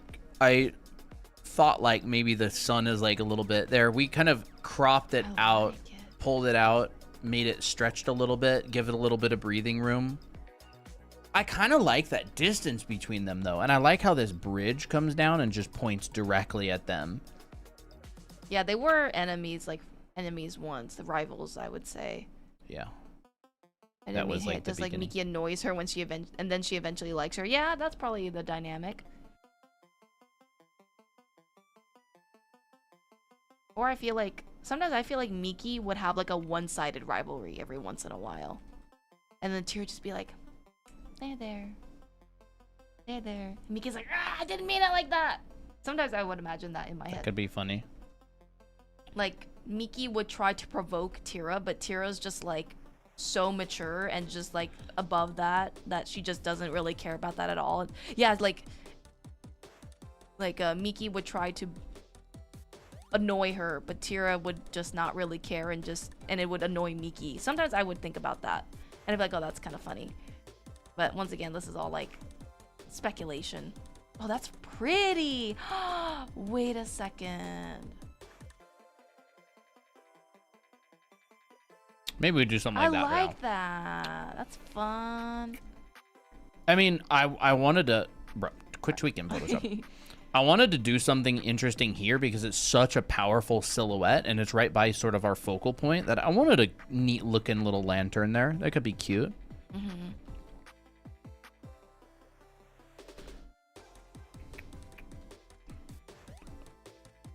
I don't want it to compete with the sign. Let me think.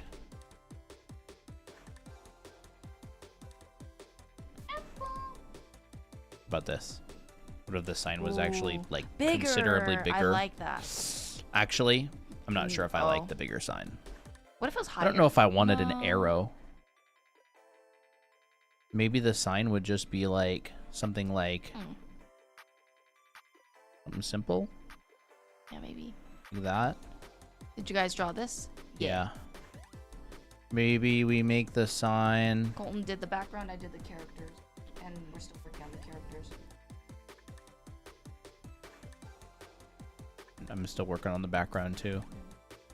Maybe a sign more along the lines of that.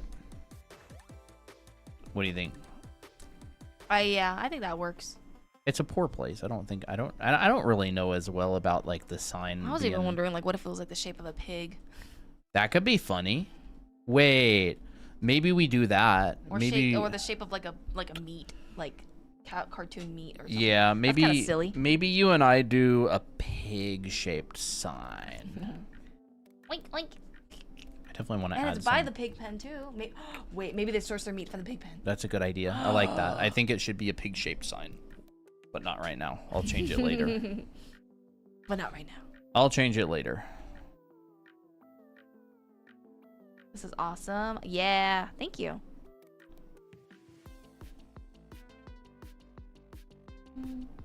What the? What? Okay, what's going on here? What? What happened? What is it not doing? There it goes. Hey, Dahlia. It wasn't like oink. Mm-hmm. Dahlia's back. I thought Dahlia went to bed. Yeah. I wish I could draw like this. Well, we do have a school. Yep. I teach you everything I know about painting and start to perspective. finish. You learn the fundamentals. It is currently 20% off, by the way. I've been looking for something like that. You can check it out. 20% off with the code SPRING at checkout. And it is on our profile. You can look up the link. Yeah, if you're interested, let us know. I'm a self-learned though. Well, not anymore. You better leave because you might learn something. You won't be able to claim that title anymore. Yeah. What if it was piggin? Nah, diggin is great. Diggin. Dolly says I'm doing homework still. Ooh, oh, nice. That's great. Oh, I forgot we do have class tomorrow, don't we? Yep, we should probably wrap up soon. I feel like that works better. I think that does. I like better. the expansion quite a lot. I think the expansion looks good.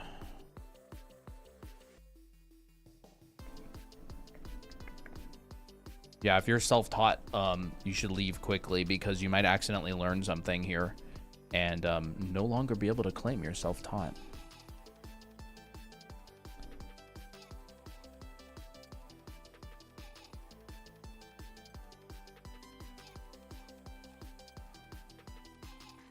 Toby, you're looking so demure.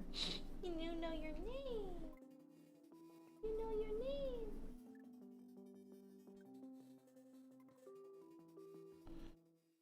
I can't believe how white Toby's fur is. Yeah. It's like Snow White. Like, it's so purely white, and he's so dirty sometimes. Snow White and the 7 poops. Are you Snow White in the 7 poops? Your fur is all completely white. No speck of dirt whatsoever. You're clean kitty. What software? I'm just painting in Photoshop.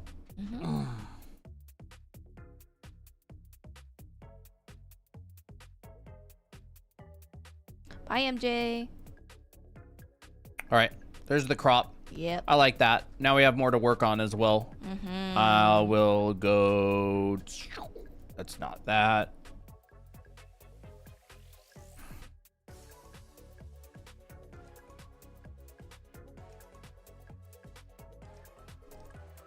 It's so cool. It's like it's in real life.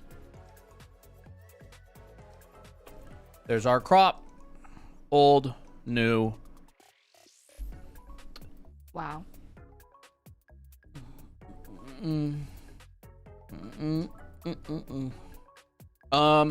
Anyways, I think that's gonna be it. 4 hours. It's pretty good. Thank you you guys for coming. for coming and showing up. Yeah, if you like this and you think it's interesting, we have a school and we teach a foundation. So if you want to be able to do stuff like this, we teach you everything we know. It's called Anime Art School. It's 20% off with the code SPRING. Yeah. Because it's on its spring sale. Go to drawanime.com and our website. you can learn the fundamentals, perspective, backgrounds, color Figure theory, drawing. figure drawing, people, faces, expressions, lots of stuff. Yep. Lots and lots of stuff. So that you can put your own characters in your backgrounds like this, as one of the examples. Or you can make illustrations up here like this. You know, create your own characters and stuff. So this is from our Anime Art School, 20% off with the code SPRING. What age do you have to be? You don't. It's a self-paced class. You can go through it. I recommend at least 13. Yeah. But If you can understand us, fine. You're probably old enough. yes, if you can understand us, then you are fine because we just use plain English. Yep. Sounds good. Oh, and don't forget, chat. These are actually, I don't, are these still on sale? Yeah. These They'll be are on sale for the next day or okay. so. You can also get these head reference models for drawing help on our TikTok shop. These are currently on sale right now as well. So yep, 15% off. 50% off. 15. 15. Yeah, I said 15. I just said it quickly.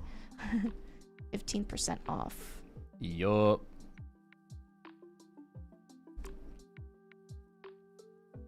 Eh.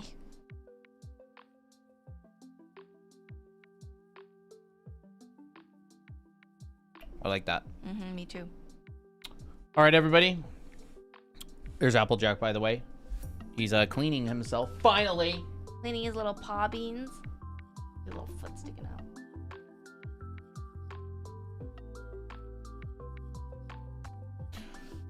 Meow, meow. Meow, meow, meow, meow.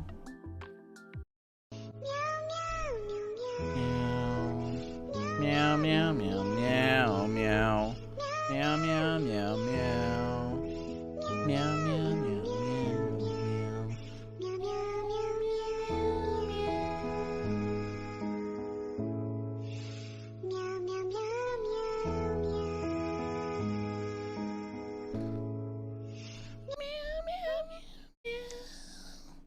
Bye, everybody. Bye, We'll see you in class tomorrow, Y'all. Dahlia, and anybody else here who's in our live class.